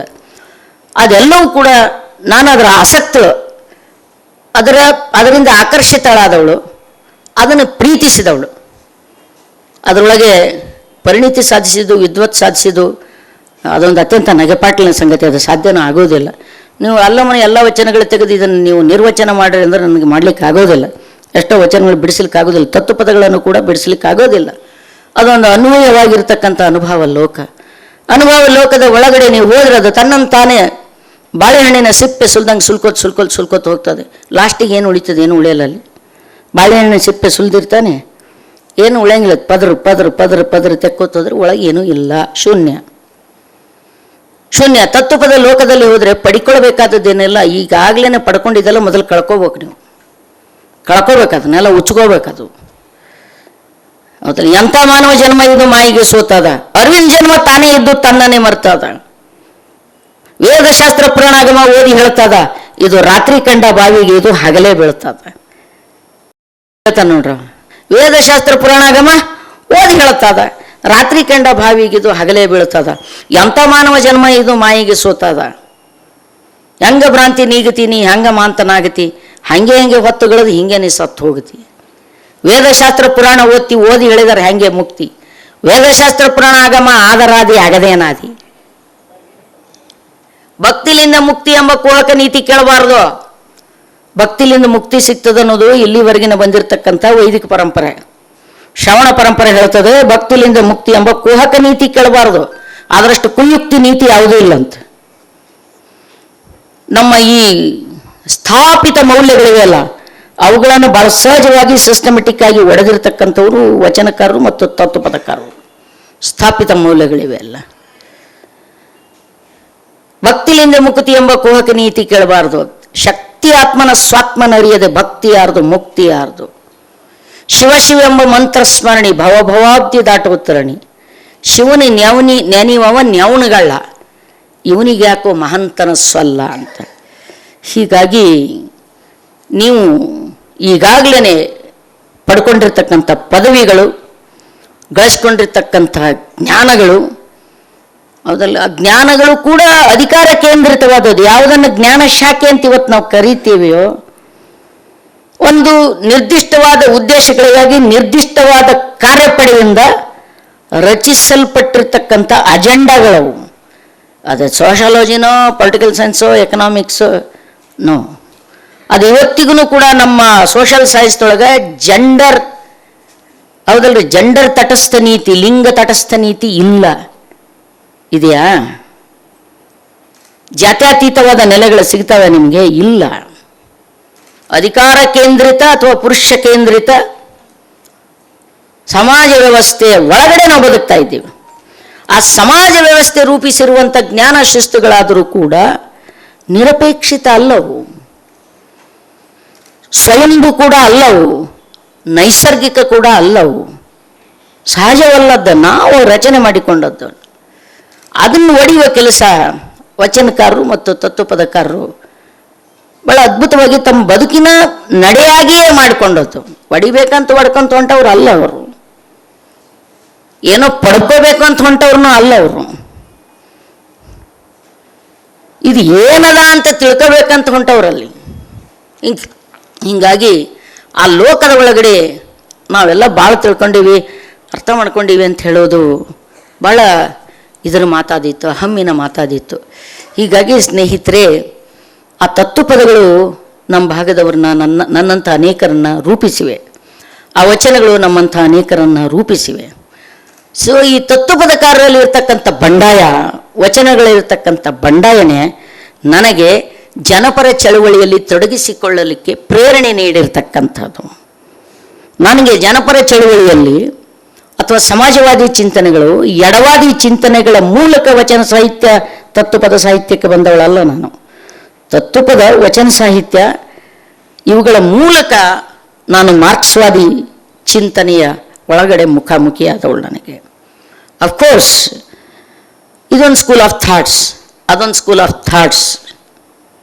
ಆದರೆ ಅವುಗಳ ಒಳಗಿನ ಹೂರಣೆ ಇದೆಯಲ್ಲ, ಆ ಒಳಗಿನ ಹೂರಣೆ ಒಂದು ನಿಸರ್ಗ ಸಹಜವಾದ ಚಲನೆಯನ್ನು, ನಿಸರ್ಗ ಸಹಜವಾದ ಚಲನವನ್ನು ವೈಜ್ಞಾನಿಕವಾಗಿ ವ್ಯಾಖ್ಯಾನೀಕರಿಸುವ ಪ್ರಯತ್ನ ಮಾರ್ಕ್ಸ್ವಾದಿಗಳು ಮಾಡಿದರೆ, ಆ ನಿಸರ್ಗ ಸಹಜವಾದ ನಡೆಗಳನ್ನು ಅನುಭಾವಿಕೆ ಹಿನ್ನೆಲೆಯಲ್ಲಿ ವ್ಯಾಖ್ಯಾನಿಸುವುದಷ್ಟೇ ಅಲ್ಲ, ಅದನ್ನು ಆತ್ಮಸಾತ್ ಮಾಡಿಕೊಳ್ಳುವಂಥ ಒಂದು ಲೋಕ ಅದು ತತ್ವಪದ ಮತ್ತು ವಚನಕಾರರ ಲೋಕ. ಅಲ್ಲಿ ಕೆಲವು ಮಿತಿಗಳಿರಲಿಕ್ಕುಂಟು.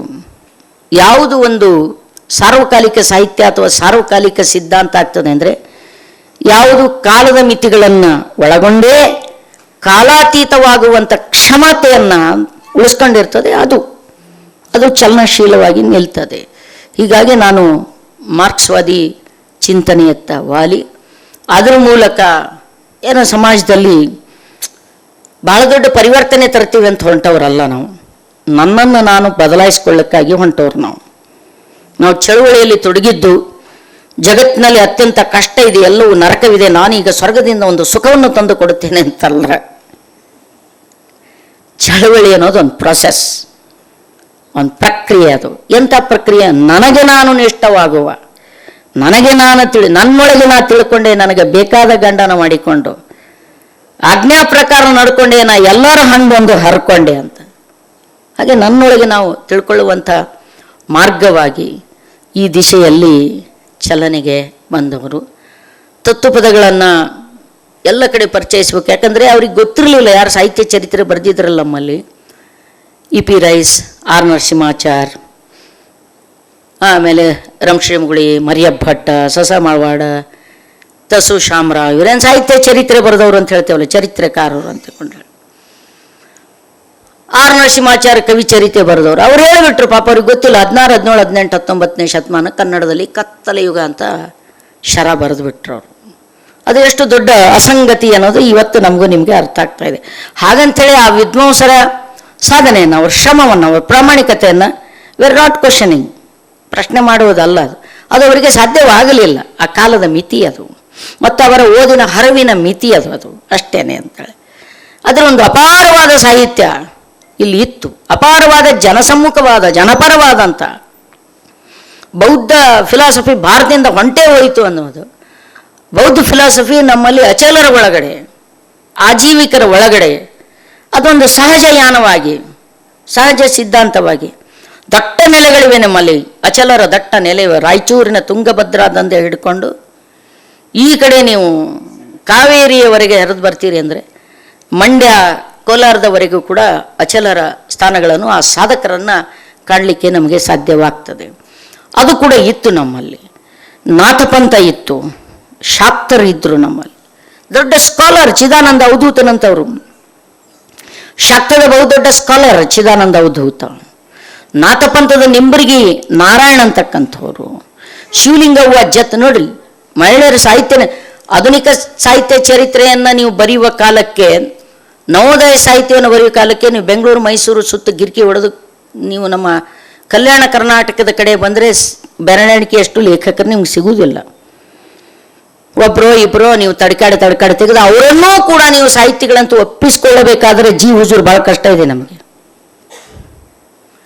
ನಿಮ್ಗೆ ಗೊತ್ತಿರಬೇಕು, ಕರ್ನಾಟಕದ ಏಕೀಕರಣ ಆಗುವ ಸಂದರ್ಭದೊಳಗೆ ಕಲ್ಯಾಣ ಕರ್ನಾಟಕ ಅಂತ ಕರೆಸಿಕೊಂಡಿರ್ತಕ್ಕಂಥ ಇವತ್ತಿನ ಹೈದರಾಬಾದ್ ಕರ್ನಾಟಕ ಭಾಗವನ್ನು ಕರ್ನಾಟಕದ ಒಳಗಡೆ ಸೇರಿಸಿಕೊಳ್ಳಲಿಕ್ಕೆ ದೊಡ್ಡ ಖ್ಯಾತಿ ತೆಗೆದರು ಈ ಭಾಗದವರು.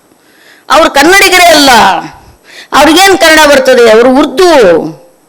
ಸಿ, ನಾವು ಫಸಲ್ ಅಲಿ ಕಮಿಷನ್ ಎದುರು ರಿಕ್ವೆಸ್ಟ್ ಮಾಡ್ಕೋಬೇಕಾಗಿತ್ತು ಅವತ್ತಿನ ನಮ್ಮ ಹಿರಿಯರೆಲ್ಲ, ನೀವು ಇನ್ನೊಮ್ಮೆ ಪುನರ್ ಸಮೀಕ್ಷೆ ನಡೆಸಿರಿ ಅಂತೇಳಿ. ನಮ್ಮನ್ನು ಕೈ ಬಿಟ್ಟಿದ್ರು ಕರ್ನಾಟಕದ ಏಕೀಕರಣದೊಳಗೆ. ಕಲ್ಯಾಣ ಕರ್ನಾಟಕ ಕೈ ಬಿಟ್ಟಿದ್ರು. ಕನ್ನಡದ ಮೊಟ್ಟ ಮೊದಲ ಕೃತಿ ರಚನೆಯಾದ ಕವಿರಾಜ ಮಾರ್ಗ ಹುಟ್ಟಿದ್ದು ಮಳಖೇಡ್ ಕಲಬುರಗಿ. ಪಂಪನ ಸ್ಥಾನ ಅಣ್ಣಿಗೇರಿ ಉತ್ತರ ಕರ್ನಾಟಕ. ರನ್ನನ ಮುದುವಳಲ್ ಅದೇ ಭಾಗ ತಾನೆ, ರನ್ನನ ಮುದುವಳಲ್, ಮುದೋಳ್ ಅದೇ ಇವತ್ತಿನ ಮುದೋಳ್, ಅದು ಮುದುವಳಲ್. ಕೊಪ್ಪಳ ನಗರ, ಪುಲಿಗೇರಿ, ಒಕ್ಕುಂದ. ವಚನ ಸಾಹಿತ್ಯದ ಸೀಮೆ ಬೀದರ್, ಬಸವ ಕಲ್ಯಾಣ, ಕಲ್ಯಾಣ ಕರ್ನಾಟಕ. ದಾಸ ಸಾಹಿತ್ಯದ ಉಗಮ ಹಂಪಿ. ಚಿಕ್ಕದೇವರಾಜ ಒಡೆಯರ್ ಕಾಲಕ್ಕನೆ ಕನ್ನಡದವ್ರು ಇಲ್ಲಿ ಕಣ್ ತೆರೆದಾರ. ನಾನು ಹಂಗಂತೇಳಿ ನಿಮ್ಮನ್ನ ಕರ್ಬ್ ಮಾಡ್ಬೇಕಂತ ಈ ಮಾತು ಹೇಳ್ತಾ ಇಲ್ಲ. No no no no, with full respect, ಎಲ್ಲ ಗೌರವ ಪ್ರೀತಿ ಆಧಾರಗಳೊಂದಿಗೆ. ಆ ಕಾಲದ ನಂತರ ಬ್ರಿಟಿಷರ ಸಂದರ್ಭದಲ್ಲಿ ಕನ್ನಡವನ್ನು ಉಳಿಸಿ ಬೆಳೆಸಿಕೊಂಡು ಬಂದಿರತಕ್ಕಂಥ ಗಟ್ಟಿ ನೆಲ ಈ ಪ್ರದೇಶನ ಕೂಡ. ಅದರ ಪ್ರತಿಯೊಂದು ನೆಲಕ್ಕೂ ಒಂದು ಪ್ರಾದೇಶಿಕ ಮಹತ್ವ, ವೈಶಿಷ್ಟ್ಯ ಅನ್ನೋದು ಇರ್ತದೆ. ಯಾವುದು ಹೆಚ್ಚು ಕಡಿಮೆ ಅನ್ನೋ ಪ್ರಶ್ನೆ ಅಲ್ಲ ಸ್ನೇಹಿತರೆ ಇಲ್ಲಿ. ಶ್ರೇಷ್ಠ ಕನಿಷ್ಠ ಅನ್ನುವಂಥ ಈ ಮಾನದಂಡಗಳನ್ನು ನಿರ್ಮಾಣ ಮಾಡಿರ್ತಕ್ಕಂಥದ್ದೇ ಒಂದು ಫ್ಯೂಡಲ್ ಅಟಿಟ್ಯೂಡ್. ಶ್ರೇಷ್ಠ ಕನಿಷ್ಠ ಅಂತ ಎಂತಲ್ಲಿ ಇರ್ತದೆ ಅದು. ಈ ಶ್ರೇಷ್ಠ ಕನಿಷ್ಠ ಅನ್ನೋದು ಇವೆರಡೂ ಅಲ್ಲ, ಭಾಳ ಡೇಂಜರ್. ಶ್ರೇಷ್ಠ ಕನಿಷ್ಠ ಯಾರು ಶ್ರೇಷ್ಠ? ಅಪ್ಪ ಶ್ರೇಷ್ಠ, ಅವ್ವ ಕನಿಷ್ಠ, ಹುಣ್ಣಿ ಶ್ರೇಷ್ಠ, ಅಮಾಸಿ ಕನಿಷ್ಠ, ಬಲಗೈ ಶ್ರೇಷ್ಠ, ಎಡಗೈ ಕನಿಷ್ಠ, ಮೇಲ್ಜಾತಿ ಶ್ರೇಷ್ಠ, ಕೆಳಜಾತಿ ಕನಿಷ್ಠ, ಕರಿ ಕನಿಷ್ಠ, ಬಿಳಿ ಶ್ರೇಷ್ಠ. ಒಂದು ಸರ್ತಿ ಶ್ರೇಷ್ಠ ಕನಿಷ್ಠ ಅನ್ನೋದು ನಿಮ್ಮ ತಲೆಯಾಗ ತುಂಬ್ಕೊಂಡ್ರಿ, ಎಲ್ಲಿ ಬೇಕಲ್ಲಿ ಪೋಸ್ಟ್ ಮಾರ್ಟಮ್ ಮಾಡ್ಲಿಕ್ಕೆ ನಿಂತು ಬಿಡ್ತೀರಿ ನೀವು. ನೋ, ಅದನ್ನು ಮಡಿವಾಳಪ್ಪನ ಮಾತಿನೊಳಗೆ ಹೇಳಬೇಕಾದ್ರೆ, ಹೌದಂತ್ಯಾವುದು ಹೇಳಲಿ, ನಾ ಅಲ್ಲಂತ್ಯಾವುದು ಹೇಳಲಿ, ಹೌದೇ ಅಲ್ಲ ಅಲ್ಲೇ ಹೌದು, ಶಸ್ತ್ರ ಪಿಡಿದು ಹೊರೋದು ಹೌದು, ಶಾಸ್ತ್ರ ಓದಿ ಹೇಳೋದು ಹೌದು, ಶಸ್ತ್ರೇ ಶಾಸ್ತ್ರ, ಶಾಸ್ತ್ರೇ ಶಾಸ್ತ್ರ, ಶಸ್ತ್ರ ಶಾಸ್ತ್ರ ವಸ್ತು ಅಲ್ಲ. ನಾವು ಭಕ್ತರೆಂಬುದು ಹೌದು, ನೀವು ಐನೋರೆಂಬುದು ಹೌದು, ನಾವೇ ನೀವು ನೀವೇ ನಾವು, ನಾವೇ ನೀವು ಮಹಂತನೇ ಅಲ್ಲ. ಹೌದಂತ್ಯಾವುದು ಹೇಳಲಿ, ನಾ ಅಲ್ಲಂತ್ಯಾವುದು ಹೇಳಲಿ. ಹೀಗೆ ಅವೆರಡರ ಭೇದಾಭೇದಗಳನ್ನು ಕಲ್ಪಿಸಿರ್ತಕ್ಕಂಥ ಒಂದು ಅದ್ಭುತ ಸೀಮೆಯಲ್ಲಿ ನಿಂತಿರ್ತಕ್ಕಂಥ ನಾಡಿನ ಒಳಗಡೆ ಸಹಜವಾಗಿಯೇ ಈ ಭಾಗ ಕನ್ನಡಕ್ಕೆ ಹೊರಗಿನದಾಗಿ ಉಳಿದುಕೊಂಡ ಸಂದರ್ಭದಲ್ಲಿ ನಮ್ಮವರು ಫಜಲ್ ಅಲಿ ಕಮಿಷನರ್ ನೆಹರು ಅವರಿಗೆ ಪತ್ರ ಬರ್ಕೊಂಡು ಕರ್ನಾಟಕದ ಏಕೀಕರಣ ಚಳವಳಿಯನ್ನು ನೀವು ಓದಿದ್ರೆ ಗೊತ್ತಾಗ್ತದೆ ನಿಮಗೆ. ನಾವಲ್ಲಿ ಇನ್ನೊಮ್ಮೆ ಅವರಿಗೆಲ್ಲ ಬಾ ಅಂಥೇಳಿ ಕಮಿಟಿ ಮೆಂಬರ್ಸ್ಗಳಿಗೆ ನಮ್ಮ ಭಾಗಕ್ಕೆ ಬರ್ಲಿಕ್ಕೆ ಹಚ್ಚಿ ನಮ್ಮಲ್ಲಿ ಕನ್ನಡ ಮಾತಾಡೋ ಇಸಿ ಉರ್ದು ಮೀಡಿಯಮ್ ಇತ್ತು, ಎಲೈಟ್ ಪೀಪಲ್, ಕಾಮನ್ ಪೀಪಲ್ ಕನ್ನಡನೇ ಮಾತಾಡ್ತಿದ್ರು. ಒಂದು ನೆನ್ಪಿಟ್ಕೊಳ್ರಿ, ಆ ಭಾಗದ ಎಲ್ಲ ಇದು ಆಧುನಿಕ ಕಾಲ ಸೃಷ್ಟಿಸಿರ್ತಕ್ಕಂಥ ಅಪಸವ್ಯಗಳು. ಉರ್ದು ಮತ್ತು ಹಿಂದಿ ಮುಸ್ಲಿಮರಿಗೆ ಆರೋಪಿಸಿರುವಂಥ ಬಹಳ ದೊಡ್ಡ ಕೋಮುವಾದಿ ರಾಜಕಾರಣದ ನಡುವೆ ನಾವು ನಿಂತೀವಿ. ಉರ್ದುವಿಗೂ ಮುಸ್ಲಿಮರಿಗೂ ಸಂಬಂಧ ಇಲ್ಲ. ಉರ್ದು ಈ ನೆಲದ ಭಾಷೆ, ಇಲ್ಲಿಯ ಜನ ಬೆಳೆಸಿರ್ತಕ್ಕಂಥ ಫಾರ್ಸಿ, ಅರಬ್ಬಿ, ಸಂಸ್ಕೃತ್, ದೇಸಿ, ದೇಹಾತಿ ಇವೆಲ್ಲವುಗಳ ಸೇರಿಸಿ ತಯಾರಾಗಿರ್ತಕ್ಕಂಥ ಭಾಷೆ. ಉರ್ದುವಿನ ಮೊಟ್ಟ ಮೊದಲ ಕೃತಿ ಬರೆದಿದ್ದು ಮುನ್ಷಿ ಪ್ರೇಮ್ಚಂದ್. ಹೌದಲ್ರಿ? ಆಮೇಲೆ ಎಷ್ಟು ಜನ ಉರ್ದು ಕವಿಗಳು ಬೇಕಾ ನಿಮಗೆ? ಎಲ್ಲ ಜಾತಿಯ ಉರ್ದು ಕವಿಗಳಿದ್ದಾರೆ. ಹಾಗೆಯೇ ಹಿಂದಿಯೂ ಕೂಡ, ಅಯ್ಯೋ ನಮ್ಮ ಭಾಗದ, ನೀವು ಬಿಜಾಪುರ ಭಾಗದ ಮುಸಲ್ಮಾನರಿಗೆ ಹೋದರೆ ನನಗೆ ಬಂದಷ್ಟು ಉರ್ದು ಹಿಂದಿ ಅವ್ರಿಗೆ ಬರೋಂಗಿಲ್ಲ. ನಮ್ಮ ಭಾಗದೊಳಗೂ ಉರ್ದು ಎಷ್ಟು ಬರ್ತದೆ? ಅರೆ ಗೌಡ ಕುರ್ಪಿ ಲೇಕೆ ಲೇಕೆ ಗಾಯ ತೇ ಉದರ್ ಲಕ್ಕಿ ಕಂಟಿ ಮೇ ಬುರ್ಲಿ ಬೇಟೆ ಹಿಡ್ಗಲ್ ಲೇಕೆ ಮಾರೆ ತೋ ಬುಲ್ಕೆ ಉಡ್ಗಯ ಅಂತ. ಇವಪ್ಪ ನಮ್ಮ Urdu, that is called Dakhni Urdu. ಅದಕ್ಕೆ ದಖ್ನಿ ಉರ್ದು ಅಂತಾರೆ. ದಖ್ನಿ ಚಕ್ಕಿ ಪಾಠ, ಬೀಸುಕಲ್ಲಿನ ಪದಗಳಿವೆ ನಮ್ಮಲ್ಲಿ. ಐರತ್ತ ಗೈರತ್ತ ಚಕ್ಕಿ ಕಿ ದೋ ಪಾಠ, ಮುಖ ಪೇಕ್ ಮಾರೆ ಸಾಯಿ ಕಿ ಕಮಾಯಿ ರೇ. ಇದು ಬರೇ ಮುಸ್ಲಿಮರು ಆಡ್ತಿದ್ದಿಲ್ಲ ನಮ್ಮ ಭಾಗದೊಳಗೆ, ಗೊತ್ತಲ್ಲ. ಫಕೀರಪ್ಪ ಅನ್ನೋ ಹೆಸರು ಎಲ್ಲ ಲಿಂಗಾಯತರ ಮನೆಗೆ ಅವ ಇಲ್ಲ. ಫಕೀರನಾಗಬೇಕಾದ್ರೆ ಮನಧಿಕಾರವ ಮಾಡಿಕೊಂಡಿರಬೇಕು. ಮಡಳಪ್ಪಂದೊಂದು ಪದ ಅದೆ, ನಕಾರ ಮಕಾರ ವಕಾರ ಶಿಕಾರ ಯಕಾರವನ್ನೆಲ್ಲ ತಿಳಿದಿರಬೇಕು. ಫಕೀರನಾಗಬೇಕಾದ್ರೆ ಮನಧಿಕಾರವ ಮಾಡಿಕೊಂಡಿರಬೇಕು. ಕ್ಯಾವಿಸಲೇನಿದು ಕೆಂಸಯ್ಯ, ನಿಜ ಭಾವಿಸಿಕೋ ಇದು ಭಂಸಯ್ಯ. ಭಂಸಯ್ಯ ಅಂಥೇಳಿ ನಮ್ಮಲ್ಲಿ ಮೊಹರಮ್ಮದೊಳಗೆ ಹಾಡ್ತಾರ್ರಿ. ಮೊಹರಂ ದೊಡ್ಡ ಹಬ್ಬ ನಮ್ಮಲ್ಲಿ. ಅವಾಗ ಒಬ್ಬ ಸೂಫಿ ಇದನ್ನು ಹಾಡ್ತಾನೆ, ಕ್ಯಾವಿಸಲೇನಿದು ಕೆಂಸಯ್ಯ, ನಿಜ ಭಾವಿಸಿಕೋ ಇದು ಭಂಸಯ್ಯ. ಅನುದಿನ ದಿನ ಮನಸ್ಸಯ್ಯೋ, ಜಗ ಹುಟ್ಟುದು ಸಾವುದು ಹಿಂದೆ ಸಯ್ಯೋ. ಅಜ್ಞಾನ ಎಂಬುವ ಅಮಾವಾಸಿ, ಸುಜ್ಞಾನ ಎಂಬುವ ಚಂದ್ರನ ಉದಿಸಿ, ರೈಮಾಮ್ ಉಚ್ಚರಿಸಿ ಪರಬ್ರಹ್ಮಕ್ಕೆ ದೋಸ್ತರ ಹೌದನಿಸಿ. ಜೀವ ಶಿವನೆಂಬುವುದಿತ್ರಿ, ಜೀವನ ಹೋದ ಮೇಲೆ ದಫನೈತ್ರಿ. ಗುರುದೇವ ಮಡಿವಾಳ ಅಲ್ಲನ ಜಾತ್ರಿ, ನಿಜ ಭಾವಿಸಿಕೋ ಇದೇ ಕತಲ್ ರಾತ್ರಿ. ಇಂಥ ಅದ್ಭುತವಾದ ವರ್ಣ ಸಂಸ್ಕೃತಿಯ ಸಮ್ಮಿಶ್ರದ ನಾಡು. ಹೀಗಾಗಿ ಅಂಥ ಅದ್ಭುತವಾದಂಥ ನೆಲವನ್ನು ಕನ್ನಡಕ್ಕೆ ಪರಬಾರೆ ಅಂದಾಗ ನಮ್ಮ ನಾಡಿನ ಜನ ಅವ್ರಿಗೆ ಕರೆದು ಇಲ್ಲ. ಇದು ಅಚ್ಚ ಕನ್ನಡದ ನೆಲ. ಇವತ್ತಿಗೂ ಅನೇಕ ಮಧ್ಯ ಕನ್ನಡದ ಹಳೆಗನ್ನಡದ ಶಬ್ದಗಳು ಇವತ್ತಿಗೂ ನಮ್ಮಲ್ಲಿ ಬಳಕೆಯಲ್ಲಿವೆ. ಅಲ್ಲ ಇದು ಅಂಥೇಳಿ ಕಷ್ಟಪಟ್ಟು ನಾವು ಕರ್ನಾಟಕದ ಒಳಗಡೆ ಸೇರಿಕೊಂಡಿದ್ದೇವೆ. ಆ ನಂತರದ ರಾಜಕಾರಣವನ್ನು ಕುರಿತು ನಾನು ಹೇಳೋದಿಲ್ಲ. ಅಭಿವೃದ್ಧಿಯಲ್ಲಿ ನಮ್ಮ ನಾಡು ಯಾಕೆ ಕುಳಿತು, SSLC ಒಳಗೆ ಲಾಸ್ಟ್ ಸ್ಥಾನ ಐದಾರು ಗುಲ್ಬರ್ಗ, ಆರ್ ಬೀದರ್, ರಾಯಚೂರು. ನಮ್ಮ ಸಾಧನೆ ಇದು. SSLC PUC ರಿಸಲ್ಟ್ದೊಳಗೆ ನಾವೇ ಲಾಸ್ಟ್. 30 ಜಿಲ್ಲೆ ಒಳಗೆ 30, 29, 28 ಇವು 3 ಗುಲ್ಬರ್ಗ, ಬೀದರ್, ರಾಯಚೂರು, ಕಲಬುರಗಿ ಕಾಂಪಿಟೇಷನ್. ತೆಳಗ ಮ್ಯಾಗ ನಾವೇ ಇರ್ತೀವಿ, ಯಾರು ಇಲ್ಲ. ಹಂಗಂದ್ರೆ ನಮ್ಮ ಭಾಗದ ಜನ ದಡ್ಡರೇನು ಹೇಳ್ರಿ ನೀವೇ ಬೇಕಾರೆ. ಪರೀಕ್ಷೆ ಮಾಡ್ತೀರಂದ್ರೆ ಬರ್ರಿ ಒಂದೇನೋ ಸಾರ್ವಜನಿಕ ಪರೀಕ್ಷೆನೇ ಆಗಲಿ. ಇಲ್ಲಲ್ಲ, IT BTದಾಗ ಹೊಸು ನಮ್ಮ ಉತ್ತರ ಕರ್ನಾಟಕ ಹುಡುಗ. ನಾನು ಪ್ರಾದೇಶಿಕ ಮೇಲರಿಮೆ ಕೀಳರಿಮೆ ಮಾತಾಡ್ತಾ ಇಲ್ಲ. ಒಂದು ನಾಡಿನ ಸಮಗ್ರ ಅಭಿವೃದ್ಧಿ ಅನ್ನುವುದಕ್ಕೆ ಇರಬೇಕಾದ ದೃಷ್ಟಿಕೋನವನ್ನು ಕುರಿತು ಹೇಳ್ತಾ ಇದ್ದೇನೆ ನಾನು. ಹೀಗೆ ಕನ್ನಡಕ್ಕೆ ಪರಭಾರೆಯಾಗಿರ್ತಕ್ಕಂಥ ನೆಲದಲ್ಲಿ ಕನ್ನಡದ ಗಟ್ಟಿ ಸಾಹಿತ್ಯಕಾಲ ನಮ್ಮ ನಾಡಿನ ಶೈಲಜಾ ಉಡ್ಚಣ್ಣ ಅಂತವರು, ಇವರೆಲ್ಲ ನಮಗೆ ಸ್ತ್ರೀವಾದಿ ಚಿಂತನೆ ಅಂತ ಹೇಳತ್ತಿರ್ಲಿಕ್ಕೆ ಹಚ್ಚಿದ್ರು. ಶೈಲಜಾ ಉಡ್ಚಣ್ಣ, ಗೀತಾ ನಾಗಭೂಷಣ್, ಮೈ ಡಿಯರ್ಸ್, ಇವಂಗೊಂದು ಮಾತು ಹೇಳ್ಬೇಕು. ಗೀತಾ ನಾಗಭೂಷಣ್ ಅವ್ರು ಕಾದಂಬರಿಗಳು ಬರೆದ್ರಲ್ರಿ. ಗೀತಾ ನಾಗಭೂಷಣ್ ಅವರು ಝೋಪಡಪಟ್ಟಿ ಸ್ಲಮ್ ಏರಿಯಾದನ್ನು ಕುರಿತು ಬರೆದ್ರು. ಯಾಕೆ ಅಲ್ಲಿಂದಲೇ ಬಂದವರು ಅವರು. ತಳ ಸಮುದಾಯದಿಂದ ಬಂದಂಥ ಒಬ್ಬ ಗಟ್ಟಿಗಾರ್ತಿ ಹೆಣ್ಮಗಳಾಕಿ. ಆಕೆ ಸ್ಲಮ್ ಏರಿಯಾದಿಂದ ಬಂದ ಮಹಿಳೆ ಒಬ್ಬಳು. ಕತೆಗಳನ್ನು ಬರೆದಾಗ ಇದ್ದಕ್ಕಿದ್ದಂಗೆ ಖುಲ್ಲಾ ಬರೆದ್ರು ಅವರು. ಆ ಜನರ ಅವರ ಪ್ರೇಮ, ಕಾಮ, ಹಸಿವು, ಬೈಗಳ ಇದನ್ನೆಲ್ಲ ಹೆಂಗಿತ್ತೋ ಹಂಗೆ ರಾ ಬರೆದ್ರು ಅವರು. ಆವಾಗ ಮಡಿವಂತ ಜನ ಅವರ ಸಾಹಿತ್ಯವನ್ನು ನಮಗೆ ಓದ್ಬಿಡ್ತಿದ್ದಿಲ್ಲ. ಅವ್ರು ಕಾದಂಬರಿ ಓದಿ ಮತ್ತು ಎಲ್ಲರೂ ಕೆಡ್ತಾರಂತಿದ್ರು. ನಮ್ಮ ಭಾಗದ ಜನ ಯಾವಾಗ ಬಳ್ಳಕ್ಕೆ ಹಚ್ಚಿದ್ರು ಅಂದ್ರೆ ಗೀತಾ ನಾಗಭೂಷಣ್ ಮೇಡಮ್ ಸಾಹಿತ್ಯ ಅಕಾಡೆಮಿ ಅಧ್ಯಕ್ಷರಾದಾಗ. ಅಲ್ಲಿ ತನಕ ಅವ್ರನ್ನ ಯಾಕವ ಗಮನಿಸ್ಲೇ ಇಲ್ಲ ಅವ್ರನ್ನ. ನಿಮ್ಗೆ ಗೊತ್ತಿಲ್ಲ, ಅವ್ರು ಫಸ್ಟ್ ಅವ್ರ ಮದುವೆ ಆದ ಗಂಡನ ಜೊತೆಗೆ ಅವರಿಗೆ ಹೊಂದಾಣಿಕೆ ಆಗಲಿಲ್ಲ ಅಂತಕೊಂಡು ಡೈವರ್ಸ್ ತೊಗೊಂಡ್ರು. ಅದು ನಮ್ಮ ನಾಡಿನೊಳಗೆ 10 ವರ್ಷ ಹೈಲೈಟ್ ಆದಂಥ ಸಬ್ಜೆಕ್ಟ್. ನಾವು ಸಣ್ಣವರಿದ್ದೆವು. ಇಂಟರ್ನ್ಯಾಷನಲ್ ಅಮೇರಿಕಾ ಮತ್ತು ಇನ್ನೊಂದು ರಷ್ಯಾದ ನಡಬರ್ಕ ಯುದ್ಧ ಆದರೆ ಹೆಂಗೆ ಡಿಸ್ಕಷನ್ ಆಗ್ಬೇಕು ಹಂಗೆ ಆತಿತ್ತು ನಮ್ಮಲ್ಲಿ. ಅವರ ಒಂದು ಶಿಕ್ಷಣ ಸಂಸ್ಥೆಯಿಂದ ನೀನು ಇಂಥಕ್ಕೆಲ್ಲ ನೀನು ಗಂಡನ ಬಿಟ್ಟಳು, ನೀನು ಬಂದು ಪಾಠ ಮಾಡಿದ್ರೆ ನಮ್ಮ ಹೆಣ್ಮಕ್ಳೆಲ್ಲ ಕೆಡ್ತಾರಂತ ನೌಕರಿನೇ ಬಿಡಿಸ್ಬಿಟ್ರು ಅವ್ರಿಗೆ. ಕೆಲಸದಿಂದ ಕಿತ್ತು ಹಾಕಿದ್ರು ಅದು.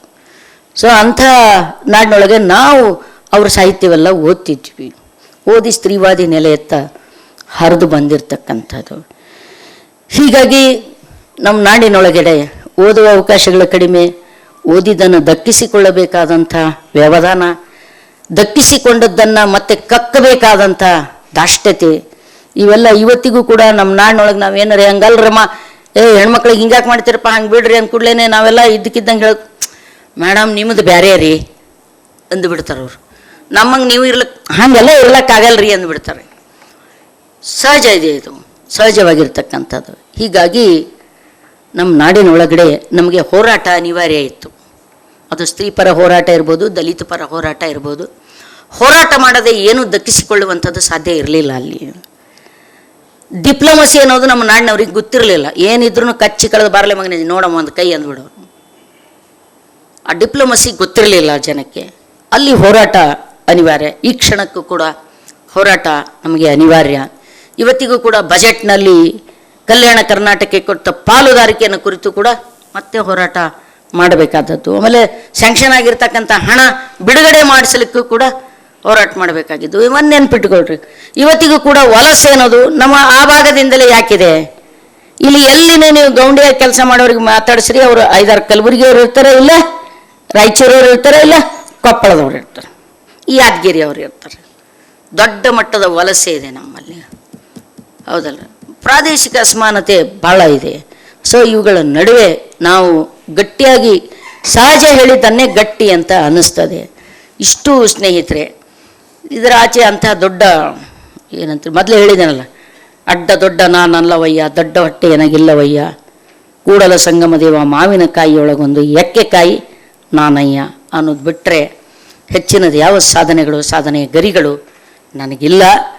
ನೀವೆಲ್ಲ ಈ ಕಡೆಯ ಜನ ಗುರುತಿಸಿ ಕರೆದು ಮಾತಾಡ್ಲಿಕ್ಕೆ ಹಚ್ಚಿದ್ದು ಕೂಡ ಒಂದು ಅವಕಾಶ ಅಂತ ಭಾವಿಸ್ತೇನೆ, ಅಥವಾ ನಮ್ಮ ಮೇಲೆ ಇರ್ತಕ್ಕಂಥ ಹೊಣೆಗಾರಿಕೆ ಹೆಚ್ಚಾಯಿತು ಅಂತಿಕೊಂಡು ಹೇಳಿ ಭಾವಿಸ್ತೇನೆ. ಆಮೇಲೆ ಭಾಳ ಮುಖ್ಯವಾದ ಒಂದು ಮಾತನ್ನು ಹೇಳಬೇಕು ಅಂತಂದರೆ, ಇವುಗಳ ಕ್ಲೀಶೆಯನ್ನು ಯಾವತ್ತೂ ಇಟ್ಕೊಳ್ಳಿಲ್ಲ ನಮ್ಮ ಭಾಗದ ಜನ. ಈ ಪ್ರಶಸ್ತಿ ಗಿಶಸ್ತಿಗಳ ಬೆನ್ನತ್ತಿ ಹೋಗಬೇಕು ಅಂತ ಅನಿಸಿಲ್ಲ ನೋಡ್ರಿ. ಖರೆ ಇದ್ದಿದ್ದು ಮಾತು ಹೇಳ್ತು. ಮತ್ತು ತೊಗೊಂಡಿರಲ್ರಿ ಅಂದರು. ಕೊಟ್ಟ ಬಳಕ ತೊಗೊಳ್ಳಿಲ್ಲ ಅಂದ್ರೆ ಒಂದು ಧಿಮಾಕ ಅಂದ. ಹೌದಲ್ರಿ. ಅದ್ರ ತೊಗೊಳ್ಳುವಾಗನೂ ಯಾರಿಂದ ತೊಗೋಬೇಕು, ಎಲ್ಲಿ ತೊಗೋಬೇಕನ್ನುವಂಥ ಒಂದು ಎಚ್ಚರ ಇಟ್ಕೊಂಡೆ ನಮ್ಮಲ್ಲಿ. ನಾನು ಒಬ್ಬಕ್ಕನೇ ಇಲ್ಲ, ನಮ್ಮದೊಂದು ಇಡೀ ಟೀಮ್ ಇದೆ. ನಾನು ಒಬ್ಬಳೇ ಇಲ್ಲ. ನನ್ನ ಮಾತುಗಳ ಹಿಂದೆ ಒಂದು 100 ಜನ ಹೋರಾಟಗಾರರ ಸಂಘಟಿತ ಶ್ರಮ ಇದ್ರ ಹಿಂದಿದೆ. ನಾವು ಯಾರೂ ಒಬ್ಬರಿಲ್ಲ. ಸೊ ಅದನ್ನೇ ಗಜೇಶ್ ಮಸಣಯ್ಯನ ಒಬ್ಬ ಕವಿ, ಗಜೇಶ್ ಮಸಣಯ್ಯ, ಪರಮ ಪದವಿಯ ನಿಮ್ಮ ಕೊರಳಲ್ಲಿ ಕಟ್ಟಿಕೊಳ್ಳಿ, ಪರಮ ಪದವಿಯ ನಿಮ್ಮ ತಲೆಯಲ್ಲಿ ಸುತ್ತಿಕೊಳ್ಳಿ, ನನಗೆ ನಿಮ್ಮ ತೊತ್ತು ಸೇವೆಯೇ ಸಾಕು, ಮಹಾಲಿಂಗ ಗಜೇಶ್ವರ ದೇವ ಪರಮ ಪದವಿಯ ನಿಮ್ಮ ಎದೆಯಲ್ಲಿ ಇರಿದುಕೊಳ್ಳಿ. ಯಾವ ಪದವಿಗಳು ನಮಗೆ ಬೇಕಿಲ್ಲ ಅನ್ನೋದನ್ನು ಅವತ್ತು ಗಜೇಶ್ ಮಸಣಯ್ಯ ಅನ್ನುವಂಥ ಒಬ್ಬ ಶರಣ ಅನಳನ್ ತಾಲೂಕಾದೊಳಗೆ ಒಂದು ಸಣ್ಣ ಹಳ್ಳಿ ಬರ್ತದೆ, ಮುನ್ನಳ್ಳಿ ಅಂಥೇಳಿ, ಅಲ್ಲಿ ಹುಟ್ಟಿರ್ತಕ್ಕಂಥವ ಗಜೇಶ್ ಮಸಣಯ್ಯ. ಪರಮ ಪದವಿಯ ನಿಮ್ಮ ತಲೆಯಲ್ಲಿ ಸುತ್ತುಕೊಳ್ಳಿ, ಪರಮ ಪದವಿಯ ನಿಮ್ಮ ಕೊರಳಲ್ಲಿ ಕಟ್ಟಿಕೊಳ್ಳಿ, ನನಗೆ ನಿಮ್ಮ ತೊತ್ತು ಸೇವೆಯೇ ಸಾಕು.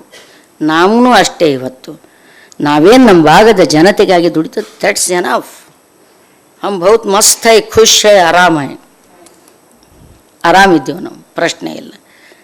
ಯಾವ ಪದವಿ ಪಂಥಗಳಿಂದ, ವೈಯಕ್ತಿಕವಾಗಿ ನಮಗೆ ಸಿಗುವ ಪದವಿ ಪಂಥಗಳಿಂದ ನಮ್ಮ ನಾಡಿನ ಜನರ ಬಡತನ, ನಮ್ಮ ನಾಡಿನ ಜನರ ಶೋಷಣೆ ಇವೆಲ್ಲ ನಿಲ್ಲಿಕ್ಕೆ ಸಾಧ್ಯ ಆಗಬಹುದೇ ಅನ್ನುವಂಥ ಚಿಂತೆ ಕಾಡ್ತಾ ಇರ್ತದೆ. ಹಾಗಂಥೇಳಿ ಒಂದು ಡೆಮಾಕ್ರೆಟಿಕ್ ಸೆಟಪ್ನಲ್ಲಿ ಒಂದು ಸರ್ಕಾರ ಗುರುತಿಸಿ ಗೌರವಿಸಿ ಕೊಡುವುದನ್ನು ತಿರಸ್ಕರಿಸುವ ಧಾಷ್ಟ್ಯತೆ ನಮಗಿಲ್ಲ.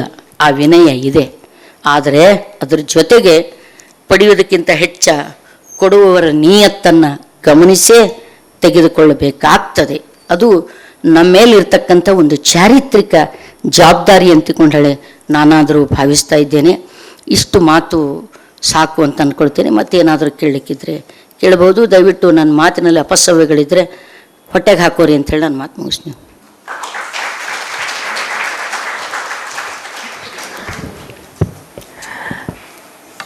ಡಾಕ್ಟರ್ ಮೀನಾಕ್ಷಿ ಬಾಳಿ, ಅಂತರಂಗದ ಅರಿವಿಗೆ ಅಕ್ಷರದ ಅಭಿವ್ಯಕ್ತಿ.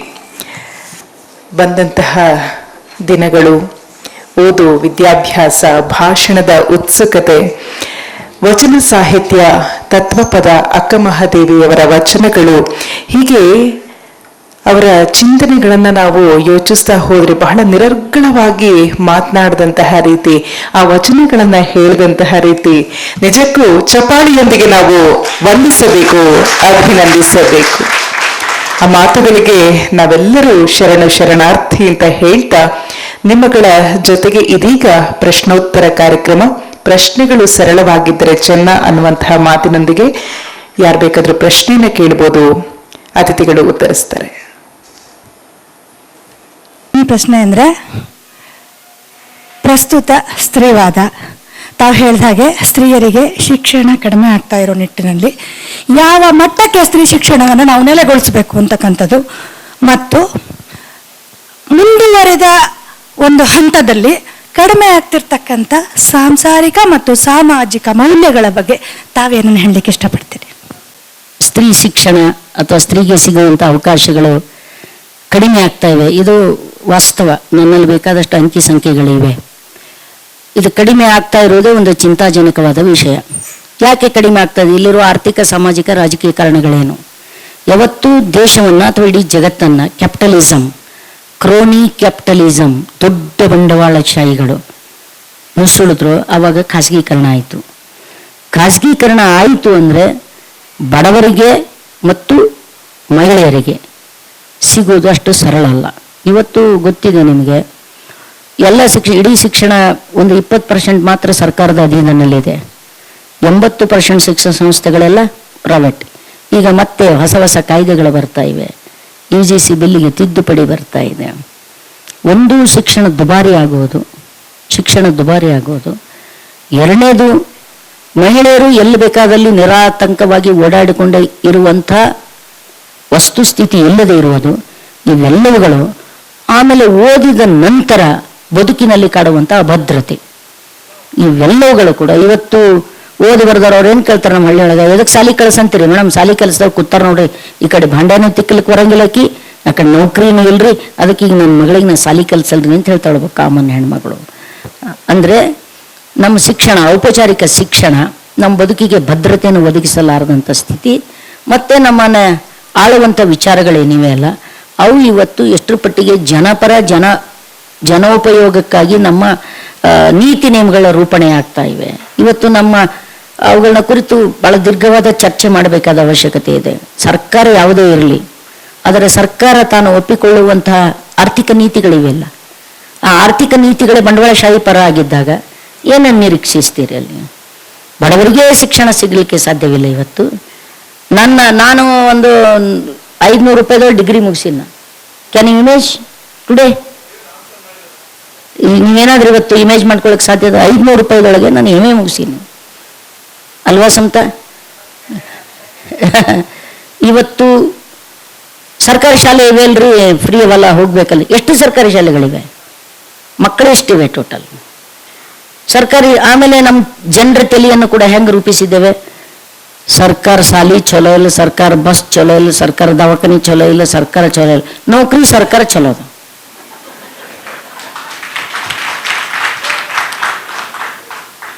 ಒಂದು ದೇಶ ಹಾಳು ಮಾಡ್ಬೇಕಂದ್ರೆ ಮೊದಲು ಮಿಡ್ಲ್ ಕ್ಲಾಸ್ ಜನರ ಮೈಂಡ್ ಕರಪ್ಟ್ ಮಾಡ್ಬೇಕು, ಆಮೇಲೆ ಬಾಕಿ ತಂತಾನೆ ಹಾಕೋತ ಹೋಗ್ತದೆ, ಏನು ಮಾಡೋದು ಜರತ್ತೆ ಬೀಳಲ್ಲ.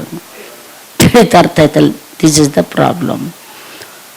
ಆಮೇಲೆ ಬದಲಾಗುತ್ತಿರುವಂಥ ಸಾಮಾಜಿಕ ಜೀವನ ಮೌಲ್ಯಗಳು ಅಂತ ಹೇಳಿದ್ರೆ, ಕೌಟುಂಬಿಕ ಜೀವನ ಮೌಲ್ಯಗಳು.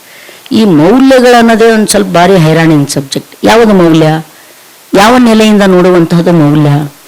ಪರಂಪರಾಗತ ಮೌಲ್ಯಗಳಲ್ಲಿ ಬದಲಾವಣೆ ಆಗ್ತಾ ಇದೆ ಖಂಡಿತ. ಯಾಕೆ ಬದಲಾವಣೆ ಆಗಿದೆ?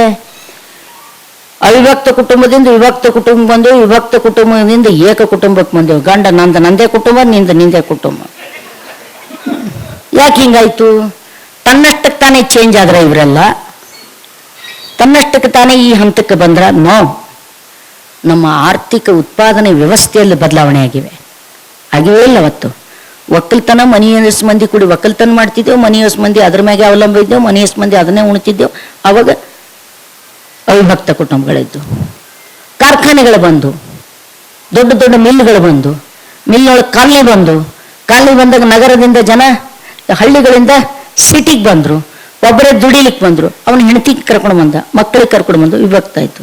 ಇವತ್ತು ನಮ್ಮ ಮಕ್ಕಳು MCom, MTech, MSc ಎಷ್ಟೆಲ್ಲ ಕಲ್ತು ಇವತ್ತು ನಮ್ಮೆಲ್ಲ ಹುಡುಗರು ಕೇಳ್ರಿ ಮದುವೆ ಮಾಡ್ಕೊಂಡು, ನೋವು ಮದುವೆಗಿದೇ ಆಗಲ್ರಿ ಮೇಡಮ್ ಅಂತಾನೆ. ಯಾಕೋ? ಯಾವಾಗ ನೌಕರಿ ಇರ್ತದೋ ಯಾವಾಗ ತೆಗಿತಾರೋ ಗೊತ್ತಿಲ್ಲ, ಎಲ್ಲಿ ಮದುವೆ ಮಾಡ್ಕೊತೀರಿ, ಅಲ್ಲಿ ಕೊಳ್ಳಿಗೆ ಹಾಕೊಳ್ರಿ. ಇವತ್ತು ಹುಡುಗಿಗೆ ಸಮಸ್ಯೆ ಏನಿದೆ ಅಂದರೆ, ಹುಡುಗಿ ಇಬ್ಬರು ದುಡಿತಾರೆ, ಅವ್ರಿಗೆ ಹಗಲು ಯಾವುದು ರಾತ್ರಿ ಯಾವುದು. ನಾವು ಇವತ್ತು ನಮಗಾಗಿ ದುಡಿತಾ ಇಲ್ಲ. ದೊಡ್ಡ ಜಗತ್ತಿನ ಬಂಡವಾಳಶಾಹಿಗಳಾಗಿ ದುಡಿತೇವೆ. ಹಗಲು ರಾತ್ರಿ ಅನ್ನುವ ವ್ಯತ್ಯಾಸ ಹೊಂಟೋಗ್ಯದ್ರಿ. ನಮ್ಮ ಹುಡುಗರು ರಾತ್ರಿ ಕುಂತ ಕೆಲಸ ಮಾಡ್ತಾವಿಲ್ಲ, ಮುಂಜಾನೆ ಮಕ್ಕೋತಾರಿಲ್ಲ. ಅದು ಹಿಂಗಾಗಿ ಗಂಡ ಹೆಂಡತಿ ನೀವಂತ್ರಿ ಕುಟುಂಬ ಇರ್ಬೇಕು 12ನೇ ಶತಮಾನದು.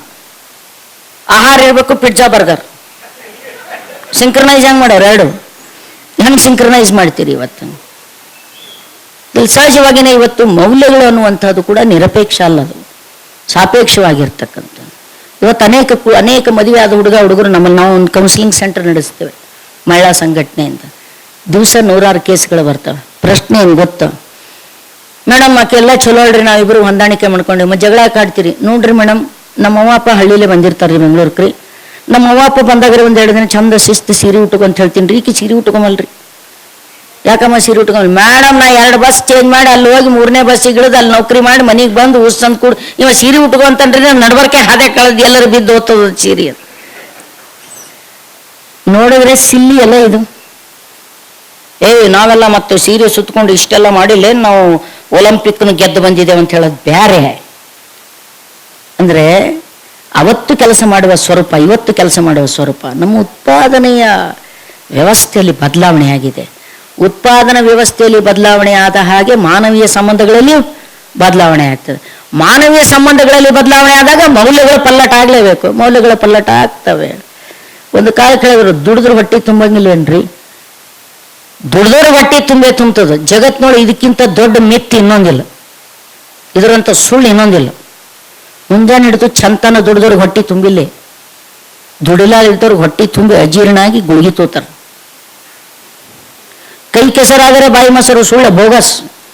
ಕೈ ಕೆಸರಿದ್ದವ್ರು ಕೆಸರೇ ಅದ, ಮೊಸರು ತಿಂದವ್ರು ಮೊಸರೇ ಅದ. ಯಾವುದು ಮೌಲ್ಯ ಹೇಳ್ರಿ ನನಗೆ? ಮೌಲ್ಯಗಳು ಇರಬಾರ್ದು ಅಂತ ಹೇಳ್ತಾ ಇಲ್ಲ ನಾನು. ಮೌಲ್ಯಗಳಂದ್ರೆ ಉಳ್ಳವರ ಮೌಲ್ಯಗಳು ಬೇರೆ, ಇರಲಾರ್ದವ್ರ ಮೌಲ್ಯ ಬೇರೆ, ಹೌದಲ್ರಿ? ಒಬ್ಬ 10-15 ಸಾವಿರ ರೂಪಾಯಿ ಸಂಬಳಕ್ಕೆ ದುಡಿತಕ್ಕಂಥ ಆಫೀಸ್ನೊಳಗಿನ ಒಬ್ಬ ಔಟ್ಸೋರ್ಸ್ ಕ್ಲರ್ಕ್ಗ ಹುಡುಗಗ 4 ಲಕ್ಷ 5 ಲಕ್ಷ ಸಂಬಳ ತಗೊಳ್ಳಂತ ಒಬ್ಬ ಆಫೀಸರ್ನ ಕೈ ತೊಳೆದ ಬಹಳ ಪ್ರಾಮಾಣಿಕವಾಗಿ ಗಾಂಧಿ ಹೆಂಗಿರ್ಬೇಕಂದ್ರೆ ಯಾಕಿರ್ಬೇಕು? ಹೆಂಗಿರ್ಬೇಕು ಹೇಳ್ರಿ? ವಾಸ್ತವಿಕ ಮಾತಾಡ್ರಿ. ಏನ್ರಿ ನೀವೆಲ್ಲರದ್ದು ಇದು ಕೆಡಿಸ್ತೀರಿ ಅನ್ಬೋದು. ನಾ ಕೆಡಿಸಲ್ರಿ, ಕೆಡ್ತಾರೆ ಅವರು. ಹೆಂಗಿರ್ಬೇಕು? ಹೌ ಕ್ಯಾನ್ ಯು ಎಕ್ಸ್ಪೆಕ್ಟ್ ಬದುಕಿನ ಭದ್ರತೆ? 10,000 ರೂಪಾಯಿ ಕೆಲಸ ಮಾಡ್ತಕ್ಕಂಥವನಿಂದ 10 ಕೋಟಿಯಷ್ಟು ಮೌಲ್ಯಗಳನ್ನು ನೀವು ಅಪೇಕ್ಷಿಸ್ತೀರಿ. ಹಾಗಾದ್ರೆ ಮೌಲ್ಯ ಅನ್ನೋದು ಏನು ಸ್ನೇಹಿತರೆ? ಯಾವ ಮೌಲ್ಯಗಳು ನಮ್ಮ ಸಾಮಾಜಿಕ, ಆರ್ಥಿಕ, ರಾಜಕೀಯ ಸ್ಥಿತಿಗತಿಗಳಿಂದ ಸ್ವತಂತ್ರವಾಗಿ ಇರುವುದಿಲ್ಲ. ಹಾಗಂತೇಳಿ ಒಂದು ನೈತಿಕ ಮೌಲ್ಯ ಅನ್ನೋದು ಇದೆ ಅಲ್ರಿ ಅಂತೇಳಿ ಹೇಳಿ. ಅದು ನಿರಪೇಕ್ಷವಾದ ನೈತಿಕ ಮೌಲ್ಯ ಯಾವುದು ಹೇಳಿ? ನಿರಪೇಕ್ಷವಾದ. ಹಾಗಾದ್ರೆ ಒಂದು ಸುಖಿ ಸಮಾಜಕ್ಕೆ ಮೌಲ್ಯಗಳು ಇರಬಾರದೆ? ಯಾರು ಹೇಳಿದ್ರು ಇರಬಾರ್ದಂತ? ಯಾಕಿಲ್ಲ ಮೌಲ್ಯಗಳು? ಯಾರ ಬಲ್ಲಿ ಇಲ್ಲ? ಇವ್ರ ಬಲ್ಲಿ ಮೌಲ್ಯ ಇಲ್ಲ ಅಂದ್ರೆ ಇವ್ರ ಬಲ್ಲಿ ಮೌಲ್ಯ ಇರಲಾರ್ದಕ್ಕೆ ಕಾರಣ ಯಾರು ಅವ್ರು ಹೇಳ್ರಿ? ಆ ಕಾರಣ ಯಾರಾದ್ರೂ ಸಮಸ್ಯೆಗೆ ಮೂಲ ಯಾರ ಅವ್ರಿಗೆ ರಿಪೇರಿ ಮಾಡ್ರಿ, ಮೌಲ್ಯ ರಿಪೇರಿ ಆಗ್ತವ. ನೀವು ಟೊಂಗ್ಯಾಕ ಔಷಧ ಕೊಡೋರು, ಕಾಯಿ ಕೆಡ್ಲಿಕತ್ತಾವ, ಔಷಧ ಎಲ್ಲಿ ಕೊಡ್ಬೇಕ್ರಿ? ಮತ್ತೆ ನೀವು ಟೊಂಗ್ಯಾಕ ಕೊಟ್ರೆ ಅಷ್ಟೇ.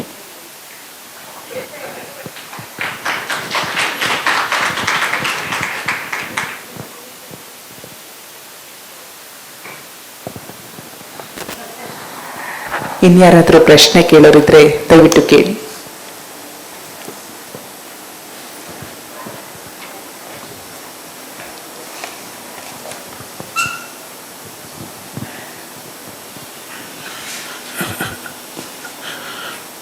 ಮೀನಾಕ್ಷಿ ಮೇಡಮ್, ನನ್ನ ಹೆಸರು ಪ್ರವೀಣ್ ಅಂತಂದು.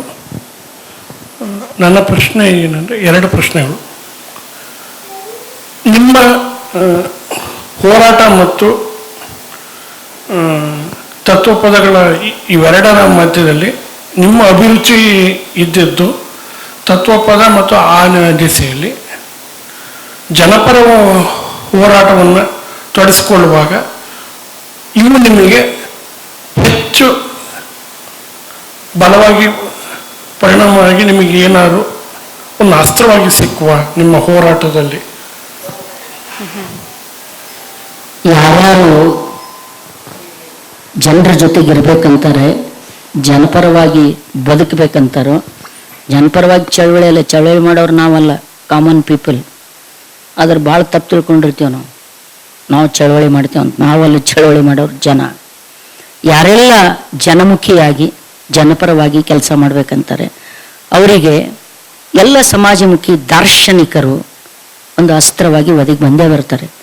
ಒದಗಿ ಬಂದಿಲ್ಲ ಅಂದ್ರೆ ಅದರೊಳಗೆ ನಮ್ಗೆ ಪ್ರವೇಶಿಕೆ ಇಲ್ಲ ಅಂತ ಅರ್ಥ ಅಷ್ಟೇ. ನಮ್ಗೆ ಅದಕ್ಕೆ ಲಗತ್ತಾಗಿಲ್ಲ ಅಂತ ಅಷ್ಟೇ. ಎಲ್ಲರಿಗೂ ಕೂಡ ನೀವು ಯಾರು ಬೇಕಾದರೂ ಒಳಗನ್ನ ಅಧ್ಯಯನ ಮಾಡಿ, ಅರೆ ಇದು ನಾನು ಇವತ್ತು ಇವ್ರಿಗೆ ಹೇಳಬೇಕಾದ ಮಾತಾಗಿತ್ತು, ಇಲ್ಲಿ ಇವ್ರು ಹೇಳಿಬಿಟ್ಟಾರಲ್ಲ ಅಂತ ನಿಮ್ಗೆ ಅನಿಸ್ತದೆ. ಹೀಗಾಗಿ ಸಹಜವಾಗಿ ಮತ್ತು ಅವುಗಳ ಉದ್ದೇಶಪೂರ್ವಕವಾಗಿ ಹಿಡಿತಂದು ಎಳದೇನು ಹಚ್ಚಬೇಕಾಗಿಲ್ಲ. ನೀವು ಅವಷ್ಟಕ್ಕವೇ ಹೇಳಿಬಿಡ್ತವೆ, ಅವಷ್ಟಕ್ಕವೇ ಮಾತಾಡಿಬಿಡ್ತವೆ. ನೀವು 100 ಮಾತಿನಲ್ಲಿ ಹೇಳಬಹುದಾದ್ದನ್ನು ವಚನದ ಒಂದು ಸಾಲಿನಲ್ಲಿ ಹೇಳಿಬಿಡಬಹುದು. ಉಳ್ಳವರ ಹಗೆಯ ತಗೆವನ್ನವರ ಬಡವನ ಹರಣ ಹಾರಿ ಹೋದಂತಾಯಿತಯ್ಯ. ಕೂಲಿ ಕೊಡ್ಲಿಲ್ಲ ಅಂದ್ರೆ ಅವ್ರ ಎದುರು ಹೋಗಿ ನಿಂತು ಈ ವಚನ ಮುಂಜಾನೆ ಚಂತನ ಹಾಡೋದು. ಉಳ್ಳವರ ಹಗೆಯ ತೆಗೆವನ್ನವರ ಬಡವನ ಹರಣ ಹೋದಂತಾಯಿತಯ್ಯ. ದೊಡ್ಡವ್ರ ಹಗೆವು ಅಂದ್ರೆ ಜೋಳ ದವಸ ಧಾನ್ಯಗಳೆಲ್ಲ ಹಾಕಿ ಮುಚ್ಚಿಡ್ತಾರಲ್ಲ, ಅದಕ್ಕೆ ಹಗೆವು ಅಂತ ಕರೀತಾರೆ ನಮ್ಮಲ್ಲಿ. ದಾಸ್ತಾನು ಮಾಡ್ತಕ್ಕಂಥದ್ದು. ದೊಡ್ಡವರು ದಾಸ್ತಾನ ತೆಗೆಯೋ ತನಕ ಬಡವರ ಜೀವನೇ ಹೊಂಟು ಹೋಗ್ತದೆ ಇಲ್ಲಿ ಅಂತಿಕೊಂಡ್ರೆ. ನಾವು ಉದ್ಯೋಗ ಖಾತ್ರಿ ಕೆಲಸದೊಳಗೆ ಕೂಲಿ ಕೊಡ್ಲಿಲ್ಲ ಅಂದ್ರೆ ತಹಸೀಲ್ ಆಫೀಸಿನ ಎದುರು ಹೋಗಿ ಈ ಪದ ಹಚ್ಚಿಬಿಡೋದು. ಹೌದಿಲ್ಲ? ಜೋರಾಗಿ ಹೇಳ್ತಕ್ಕಂಥ ಮಂಡಲದೊಳಗೆ ಈ ಮಂದಿ ಮಾಡೋದು ಕಂಡು ಅದಕ್ಕೆ ಬಂದಾವಪ್ಪ ಇಂಥ ದಿನ. ಮಂಡ ಮುಳ್ಳರು ಕೂಡಿ ಕುಂಡಿ, ಚುಟ್ಕರು ಕೂಡಿ ಕುಂಡಿ ನೋಡಿ ಮಣಿ ಹಾಕುವರಣ್ಣ. ಧಮ್ಮನವರು ಬಂದರೆ ಕಮ್ಮಗ ತುಪ್ಪ ಕಾಸಿ ನಿಮ್ಮದಂತ ನೀಡುವರಣ್ಣ. ತಳ್ಳನವರು ಬಂದರೆ ಸುಳ್ಳೆ ಹೊಳ್ಳಿ ನೋಡ್ತಾರೆ ಚೊಮ್ಮ ಸುಳ್ಳೆ ಮಕ್ಕಳು ಇವರಣ್ಣ. ನಾವ್ಯಾಕೆ ಬೈಯಮ್ರಿ, ನಾವ್ಯಾಕೆ ಬೈಯಮ್, ನಾ ಬೈದಿನೇ. ಸುಣ್ಣ ಬಣ್ಣವನ್ನುಟ್ಟು ಬಣ್ಣಿಸಿ ಬಂದರೆ ಮನ್ನಿಸಿ ಮುಂದಕ್ಕೆ ಕರೆಯುವರಣ್ಣ. ಚಣ್ಣನವರು ಬಂದರೆ ಸುಳ್ಳೆ ಹೊಳ್ಳಿ ನೋಡ್ತಾರ ಟೊಣ್ಣೆ ಸುಳ್ಳೆ ಮಕ್ಕಳು ಇವರಣ್ಣ. ಏನ್ ಬಾಳಿ ಮೇಡಮ್ ಎಂತ ಬೇಗಳೆಲ್ಲ ಬೈತಾರೆ, ನನ್ನೂ ಅಲ್ಲ madam, for your kind information. ಲಿಪಿಕಾರ ಕವಿ ಕುಮಾರವ್ಯಾಸ ಹೌದಲ್ರಿ, ಅಷ್ಟೇ, ನಾವಲ್ಲ. ವೀರನಾರಾಯಣ ಕವಿ, ಲಿಪಿಕಾರ ಕುಮಾರವ್ಯಾಸ, ನಾನು ಲಿಪಿಕಾರ. ಇದನ್ನು ಬರೆದವರು ಅವರು. ಅಡ್ಡ ಜಡಿಯ ಬಿಟ್ಟು ಹೌದಲ್ಲ, ವಡ್ಡಿಯಲ್ಲಿ ಬಂದರೆ ಉಡ್ಡನಿಟ್ಟ ಬೀಳುವರಣ್ಣ. ನಮ್ಮ ಗುಡ್ಡದ ಮಾಂತನ ಗುರ್ತವ ತಿಳಿಯದ ದಡ್ಡ ಸುಳೆಯ ಮಕ್ಕಳು ಇವರಣ್ಣ. ಹಿಂಗೆ ಪದ ಹಾಡ್ಬಿಡೋದಲ್ಲಿ ಹೋಗಿ ಅದ್ರ ನಿಂತು ಹಾಡ್ರ ಈ ಪದ ಅನ್ನೋದು. ನನಗಿಂತ ಚಂದ ಅವ್ರ ಪದ ಹಾಡ್ತಾರೆ. ಬಾಯಿಲೊಂದು ಹಾಡ್ತೀರಿ, ಮನ್ಸಿಲೊಂದು ಮಾಡ್ತೀರಿ, ಬರೆದಿಟ್ಟು ಓದಿಕೊಂಡು ಭ್ರಾಂತಿಗೆಟ್ಟು ಹೋಗ್ತೀರಿ. ಯಾವುದಾರ ಮಠದ ಎದುರು ಹೋಗಿ ಕೂತು ಮಠದವರು ಡಬಲ್ ಗೇಮ್ ಆಡ್ತಿರ್ತಾರೆ ನೋಡ್ರಿ. ಆ ಕಡೆ ಅವ್ರಿಗೂ ಸೈ, ಈ ಕಡೆ ಇವ್ರಿಗೂ ಸೈ. ದೊಡ್ಡ ದೊಡ್ಡ ಸಾವುಕಾರ ಬಂದ್ರೆ ಬರ್ರಿಪ್ಪ ಬರ್ರಿ ಬರ್ರಿ ಬರ್ರಿ ಮ್ಯಾಗ ಬರ್ರಿ ಅಂತೇಳಿ ಕುಂಡ್ರಿಸಿ ಅವನಿಗೆ 1,000 5,000 10,000 ದಾಸೋ ಅಂತ ಕೊಟ್ಟಿರ್ತಾನೆ. ಮಹಾ ದಾಸೋಹಿಗಳು. ದಾಸೋಹನ ಶಬ್ದ ಎಷ್ಟು ಮೈಲಿಗೆ ಮಾಡಿಟ್ಟಾರ ನೋಡ್ರಿ, ಎಷ್ಟು ಕೆಡಿಸಿಟ್ಟು ಇಟ್ಟಾರ ನೋಡ್ರಿ ದಾಸೋಹ ಅನ್ನೋದು. ಅವನು ಎಷ್ಟು ನೀಚನ ಎಷ್ಟು ಬದ್ಮಾಸ ಅನ್ನೋದು ಎದುರು ಕೂತ್ ಮಂದಿಗೆ ಗೊತ್ತಿರ್ತದಿಲ್ರಿ. ಒಬ್ಬ ಇಂಜಿನಿಯರ್ ಬಂದು ಒಂದು ಲಕ್ಷ ರೂಪಾಯಿ ಕೊಟ್ಟಾನಂದ್ರೆ ನಿಮ್ದು ಯಾವ್ದಾರ ಬ್ರಜ್ ಗಿಜ್ಜಿ ತಿಂದೇ ಕೊಟ್ಟಿರ್ಬೇಕಲ್ಲ. ಏನು ಕುರ್ಪಿ ಕೆತ್ತಿ ತಂದು ಕೊಟ್ಟಾನ? ಯಾವ್ರ MLA ಬಂದು 5 ಕೋಟಿ ನನ್ನ ಅನುದಾನದಲ್ಲಿ ಶ್ರೀ ಶ್ರೀ ಶ್ರೀ ಇಂಥವ್ರನ್ನು ಇವ್ರ ಅಪ್ಪನ ಮನೆ ಅನುದಾನದು. ಜನಸಾಮಾನ್ಯರದಲ್ಲ ದುಡ್ಡು. ಅದಕ್ಕೆ ಬಾಯಿಲೊಂದು ಆಡ್ತೀರಿ, ಮನ್ಸಿಲೊಂದು ಮಾಡ್ತೀರಿ, ಬರೆದಿಟ್ಟು ಓದ್ಕೊಂಡು ಭ್ರಾಂತಿಗೆಟ್ಟು ಹೋಗ್ತೀರಿ. ಶೀಲವಂತರಂತೀರಿ, ಸುಳ್ಳೆ ಶೀಲ ಮಾಡ್ತೀರಿ, ಸಂತ್ಯಲಿಂಗ ಕಟ್ಟಿಕೊಂಡು ಸತ್ಯನಾಶ ಹೋಗ್ತೀರಿ. ಮುಸಲ್ಮಾನರಂತೀರಿ, ಬಿಸ್ಮಿಲ್ ಅಂತ ಹೇಳ್ತೀರಿ, ಉಸುಲ್ ಬಿಟ್ಟು ಫಾತೆ ಕೊಟ್ಟು ಸುಳ್ಳೆ ಸತ್ತು ಹೋಗ್ತೀರಿ. ಬ್ರಾಹ್ಮಣರಂತ ಹೇಳ್ತೀರಿ, ನೀರಾ ಮುಣುಮುಣಿಗೆ ಹೇಳ್ತೀರಿ, ಪಾಪ ತೊಳ್ಕೊತೀನಿ ಅಂತೇಳಿ ದೀಪ ಬಡ್ಕೊಂಡು ಹೋಗ್ತೀರಿ. ಸಾಧು ಸಂತರಂತೀರಿ, ಸೋಮ್ ಭಜನೆ ಮಾಡ್ತೀರಿ, ಅಡ್ಡ ದುಡ್ಡಿಗೆ ಆಸೆ ಮಾಡಿ ದಡ್ಡ ಸುಳ್ಳೆ ಮಕ್ಕಳಾಗಿ ಹೋಗ್ತೀರಿ. ಪಟ್ಟಚರ್ಮೂರ್ತಿ ಅಂತೀರಿ, ಪಾರ್ ಮಾಡ್ತಾ ನೆನಿತೀರಿ, ಪರನಾರಿ ಸಂಘ ಮಾಡಿ ಗುಡ್ಡದ ಮಹಂತಕ್ಕೆ ಹಾಕ್ತೀರಿ ಅಂತ ಹೇಳ್ಬಿಟ್ಟು. ಅದಕ್ಕೆ ನಮ್ಮ ಪದ ಕೇಳಿದ ಕೂಡಲೇ ನಿಮ್ಮ ಭಾಷೆ ಬಲು ಒರಟು ಅಂದ್ಬಿಡ್ತಾರೆ ಅವರು. ನೀವು ಭಾಳ ಒರಟು ಭಾಷೆ ಮಾತಾಡ್ತೀರಿ ನೀವು ಅಂಥೇಳಿ. ಅದು ನಿಮಗೆ ಒರಟು ಅನ್ನಿಸ್ತದೆ, ನಮಗೆ ಸಹಜ ಭಾಷೆ ಅದು, ನೆಲದ ಭಾಷೆ ಅದು, ಜನರ ಭಾಷೆ ಅದು. ಈ ಭಾಗದವರಿಗೆಲ್ಲ ಎಂತ ಮಾರ್ರೆ ನೀವು ಮಾತನಾಡುವುದು, ಹೀಗೆ ನೀವು ಶಬ್ದಗಳನ್ನು ಬಳಸುವುದು, ಶಬ್ದ ಸೂತಕಿಗಳೆಲ್ಲ ಕೇಳ ಮರಳೆ ಅಂತ ಅಲ್ಲಂ ಪ್ರಭು ಮುಕ್ತಾಯಕ್ಕಾಗಿ ಹೇಳುವಾಗ ನುಡಿದು ಸೂತಕಿಯಲ್ಲ ಮಾತೆಂಬುದು ಜ್ಯೋತಿರ್ಲಿಂಗ, ಸ್ವರವೆಂಬುದು ಪರತತ್ವ, ತಾಳುವಷ್ಟ ಸಂಪುಟ, ನುಡಿದು ಸೂತಕಿಯಲ್ಲ ಕೇಳ ವೈಶ್ವರಲಿಂಗದಲ್ಲಿ ಅಂತ ಹೇಳ್ತೀನಿ. ಶಬ್ದ ಸೂತಕ ಇಲ್ಲ ನಮಗೆ, ಶಬ್ದಕ್ಕೆ ಅರ್ಥ ಇಲ್ಲ ಗೆಳೆಯರೇ. ಪ್ರಯೋಗಿಸುವವನ ನಿಯತ್ತಿನೊಳಗೆ ಅರ್ಥ ಅದು, ಹೌದಿಲ್ರಿ? ಶಬ್ದ ನೀವು ಡಿಕ್ಷನರಿ ಒಳಗೆ ಹುಡುಕ್ಲಿಕ್ಕೆ ಹೋದ್ರೆ ಎಲ್ಲ ಶಬ್ದಗಳಿಗೆ ಅರ್ಥ ಸಿಗುವುದಿಲ್ಲ. ಸಿಕ್ಕ ಅರ್ಥಗಳು ಕೂಡ ಸೂಕ್ತವಾದ ಅರ್ಥಗಳಿರೋದಿಲ್ಲ. ಅರ್ಥ ಆರೋಪಿಸಲ್ಪಡುತ್ತದೆ, ಶಬ್ದ ರಚಿಸಲ್ಪಡುತ್ತದೆ. ಬದುಕು ಹೊರಟಿರ್ತದೆ, ಅದು ಸುಮ್ಮನೆ ಹೊರಟಿರ್ತದೆ. ಅದು ಯಾವ ವಿಶೇಷಣಗಳು ಬೇಕಿಲ್ಲ ಅದಕ್ಕೆ. So this is the fact.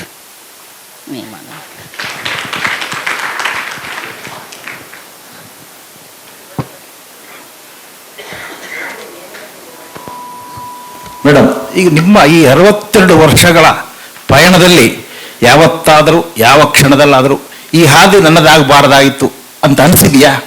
ಅನ್ಸಿಲ್ರಿ, ಯಾಕೆ ಅನಿಸ್ತದೆ ಸುಮ್ಮನೆ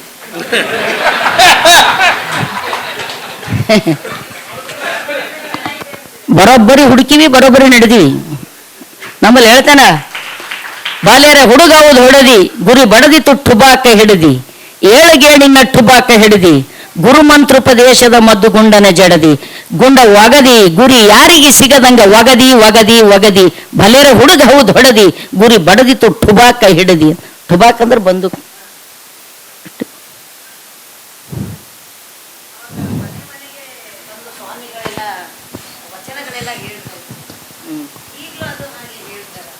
ಅದು ಕೊಡೆಕಲ್ ಪರಂಪರೆ ಅಲ್ಲ, ರಾತ್ರಿ ಕಂದಲ್ ತೊಗೊಂಡು ಬರೋದು. ಸಾರಾಯಣವ್ರು ಈ ಕಮ್ಮಗೆ ಹೌದು ಹೌದೌದು ಹಾಕಿ ಕಳ್ಸೋದು ಇಲ್ಲ. ಕಡಿಮೆ ಆಗಿದೆ ಅದು. ಸಾರಾಯಿನವ್ರ ಪರಂಪರೆ ಅದು, ಕೊಡೆಕಲ್ಲು ಪರಂಪರೆ ಅದು. ಬಸವಣ್ಣನ ವಚನ, ಕಲ್ಲು ಕೋಳಿ ಕೂಗುತ್ತದ, ಮುಲ್ಲ ಬಂದು ಚೂರಿ ಹಾಕುತ್ತದ, ಕೇಳಿರಣ್ಣ ಕೇಳಿರಣ್ಣ. ನಸಿಕ್ನಾಗ ಬರ್ತೀವಿ, ರಾತ್ರಿ ಕಂದಿಲ್ ಹಿಡ್ಕೊಂಡು ಬರ್ತೀವಿ. ನಮಸ್ಕಾರ ಅಮ್ಮ. ಹೇಳ್ರಣ್ಣ. ನನಗೆ ಬಹಳ ಸಂತೋಷ ಆಗಿದೆ. ಎಷ್ಟು ವರ್ಷಗಳಾಗಿತ್ತು ನಾನಿಲ್ಲಿ ಬಂದು.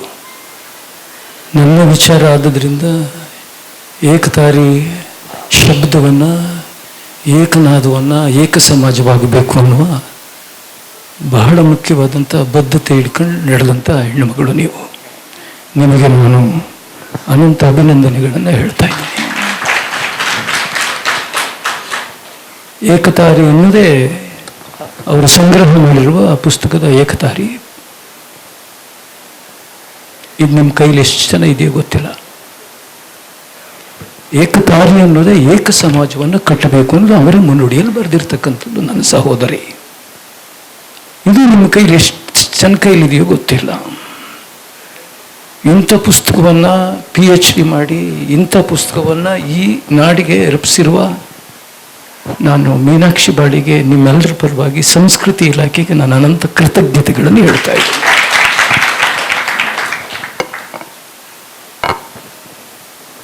ಹದಿನೆಂಟನೇ ಶತಮಾನದಲ್ಲಿ ಬಂದಿದ್ದ ಆಗಲೇ ಮಾತುಗಳನ್ನು ಬಹಳ ವಿಸ್ತಾರವಾಗಿ ಮಾತಾಡಿದ್ದಾಳೆ ಮೀನಾಕ್ಷಿ ಬಾಳೆಯವರು.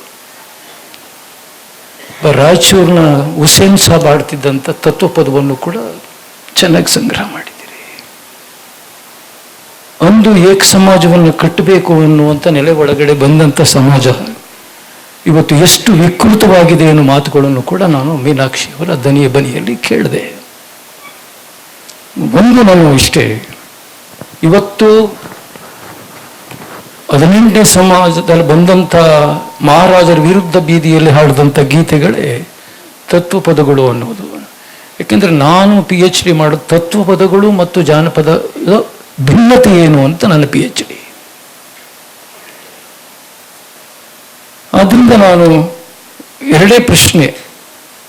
ಒಂದು, ನಿಮ್ಮ ಇಷ್ಟೊಂದು ತತ್ವಪದಗಳನ್ನು ಕನಕಪೀಠ ತಂದಿರೋದ್ರಲ್ಲಿ ಇದು ನನಗೆ ಬಹಳ ಇಷ್ಟವಾದಂಥ ನಿಮ್ಮ ಪುಸ್ತಕ ನನಗೆ ಬಹಳ ಇಷ್ಟವಾದದ್ದು. ಇದು ಗ್ರಂಥಸ್ಥವಾಗ್ತಿರುವ ಸಂದರ್ಭದಲ್ಲಿ ಇವತ್ತು ಜನರ ಬಾಯಿಗೆ ಹೇಗೆ ಬರಬೇಕು ಅನ್ನೋದು ನನ್ನ ದೊಡ್ಡ ಪ್ರಶ್ನೆ ಆಗಿದೆ. ಜನರಿಂದ ಬಂದಂಥ ಜನಪದ, ಜನರಿಂದ ಬಂದಂಥ ತತ್ವಪದಗಳು ಮತ್ತೆ ಜನಕ್ಕೆ ಹೇಗೆ ಹೋಗಬೇಕು ಅನ್ನೋದು ಇದು ಗ್ರಂಥಸ್ಥವಾಗ್ತಿದೆ. ಈ ಗ್ರಂಥಸ್ಥವಾಗಿ ತರ್ತಿರ್ತಕ್ಕಂಥ ಒಂದು ಕಡೆ ತಂದಿರುವ ಗ್ರಂಥಸ್ಥವನ್ನ ಮೀನಾಕ್ಷಿ ಬಾಳಿಯವರು ಮತ್ತೆ ಜನಕ್ಕೆ ಹೆಂಗ್ ತಲುಪಿಸ್ಬೇಕು ಅನ್ನೋದು ನನ್ನ ಪ್ರಶ್ನೆ. ಹೇಗೆ ತಲುಪಿಸ್ತೀರಿ? ಪ್ರೊಫೆಸರ್ ತಂದಿದ್ದಾರೆ, ಹೆಂಗ್ ತಲುಪಿಸ್ತೀರಿ ಅನ್ನೋದು ನನ್ನ ದೊಡ್ಡ ಪ್ರಶ್ನೆ. ಯಾಕೆಂದ್ರೆ ನನ್ನ 55 ವರ್ಷಗಳು ಹಾಡು ಕಣ್ತಿರಿದಂಥ ವ್ಯಕ್ತಿತ್ವ. ಇವತ್ತು ಹಾಡೋರು ತತ್ವಪದ ಅಂದ್ರೆ ಏನು, what is the meaning of folklore, what is the folklore, ಇವೆಲ್ಲಕ್ಕೂ ಭಿನ್ನತೆ ಇರುವ ಫಿಲಾಸಫಿಕಲ್ ಸಾಂಗ್ ಅದು. ಇದನ್ನ ಗ್ರಂಥಸ್ಥ ಮಾಡಿರುವ ಸಂದರ್ಭದಲ್ಲಿ ಇವಾಗ ಪ್ರಾಯೋಗಿಕವಾಗಿ ಕಂಠಸ್ಥವಾಗೋದು ಹೇಗೆ ಎಂಬುದನ್ನು, ಈ ಕಂಠಸ್ಥವಾಗುವ ರೀತಿಯನ್ನು ನೆನಪನ್ನ ಸಂಸ್ಕೃತಿ ಇಲಾಖೆಗೆ ಈ ಮಾತಿನ ಮುಖಾಂತರ ಅವರಿಗೆ ಅರ್ಪಿಸಬೇಕು ಅನ್ನೋದು ನನ್ನ ಮಾತು. ಬಹಳ ಮೌಲಿಕವಾದ ಮತ್ತು ಸಕಾಲಿಕವಾದ ಪ್ರಶ್ನೆ. ತತ್ವಪದಗಳು ಓದುಗಬ್ಬಗಳಲ್ಲ, ಅವು ಹಾಡುಗಬ್ಬಗಳು. ಹಾಡುಗಬ್ಬಗಳಂದ್ರೆ ಶಾಸ್ತ್ರೀಯ ಸಂಗೀತದ ಹಾಗೆ ಒಬ್ಬ ಕುಂತ ಹಾಡಿ ಉಳಿದವರೆಲ್ಲ ಕೇಳುವ ಶ್ರೋತ್ರಗಳಲ್ಲ. ಅದೊಂದು ಸಾಮೂಹಿಕ ಆರಾಧನೆ, ಸಾಮೂಹಿಕ ಸಹಚರ್ಯದ ಮೂಲಕ ನಾದದ ಶ್ರುತಿಯೊಂದಿಗೆ, ಶ್ರುತಿ ಲಯಗಳೊಂದಿಗೆ ಅರ್ಥ ಹಂಗಂಗೆ ಒಳಗೆ ಇಳಿಯುವಂಥ ಒಂದು ಅನನ್ಯವಾದಂತಹ ಒಂದು ಸಂಗತಿ ಅದು, ಸಂಗತಿ. ಇದನ್ನೇ ನಾವು ಸಂಗ್ರಹ ಮಾಡುವಾಗ ಬಹಳಷ್ಟು ತಲೆ ಕೆಡಿಸ್ಕೊಂಡೆವು. ನಾವೇನು ಸಂಗ್ರಹ ಮಾಡಿದ್ರು ಕೂಡ ಅಕ್ಷರಗಳ ಪಠ್ಯಗಳ ಮೂಲಕ ಸಂಗ್ರಹ ಮಾಡ್ತೇವೆ. ಇದು ಗ್ರಂಥಸ್ಥವಾದದ್ದಲ್ಲ, ಇದು ಬಾಯಿಂದ ಬಾಯಿಗೆ, ಕಿವಿಯಿಂದ ಕಿವಿಗೆ ಹರಿದು ಬಂದಿರತಕ್ಕಂಥದ್ದು. ಆ ಕಾರಣಕ್ಕಾಗಿಯೇ ಈ ಔಪಚಾರಿಕ ಸಾಹಿತ್ಯ ಚರಿತ್ರೆ ಬರೆಯುವವರಿಗೆ ಇವು ಅಕ್ಕದೆ ಮತ್ತು ದಕ್ಕದೆ ಹೋದವು. ಒಂದು ಅಣ್ಣ ಹೇಳಿದ ಹಾಗೆ ಇವು ಅರಮನೆ ಅಥವಾ ಗುರುಮನೆಯಲ್ಲಿ ರಚನೆ ಆದವುಗಳಲ್ಲ.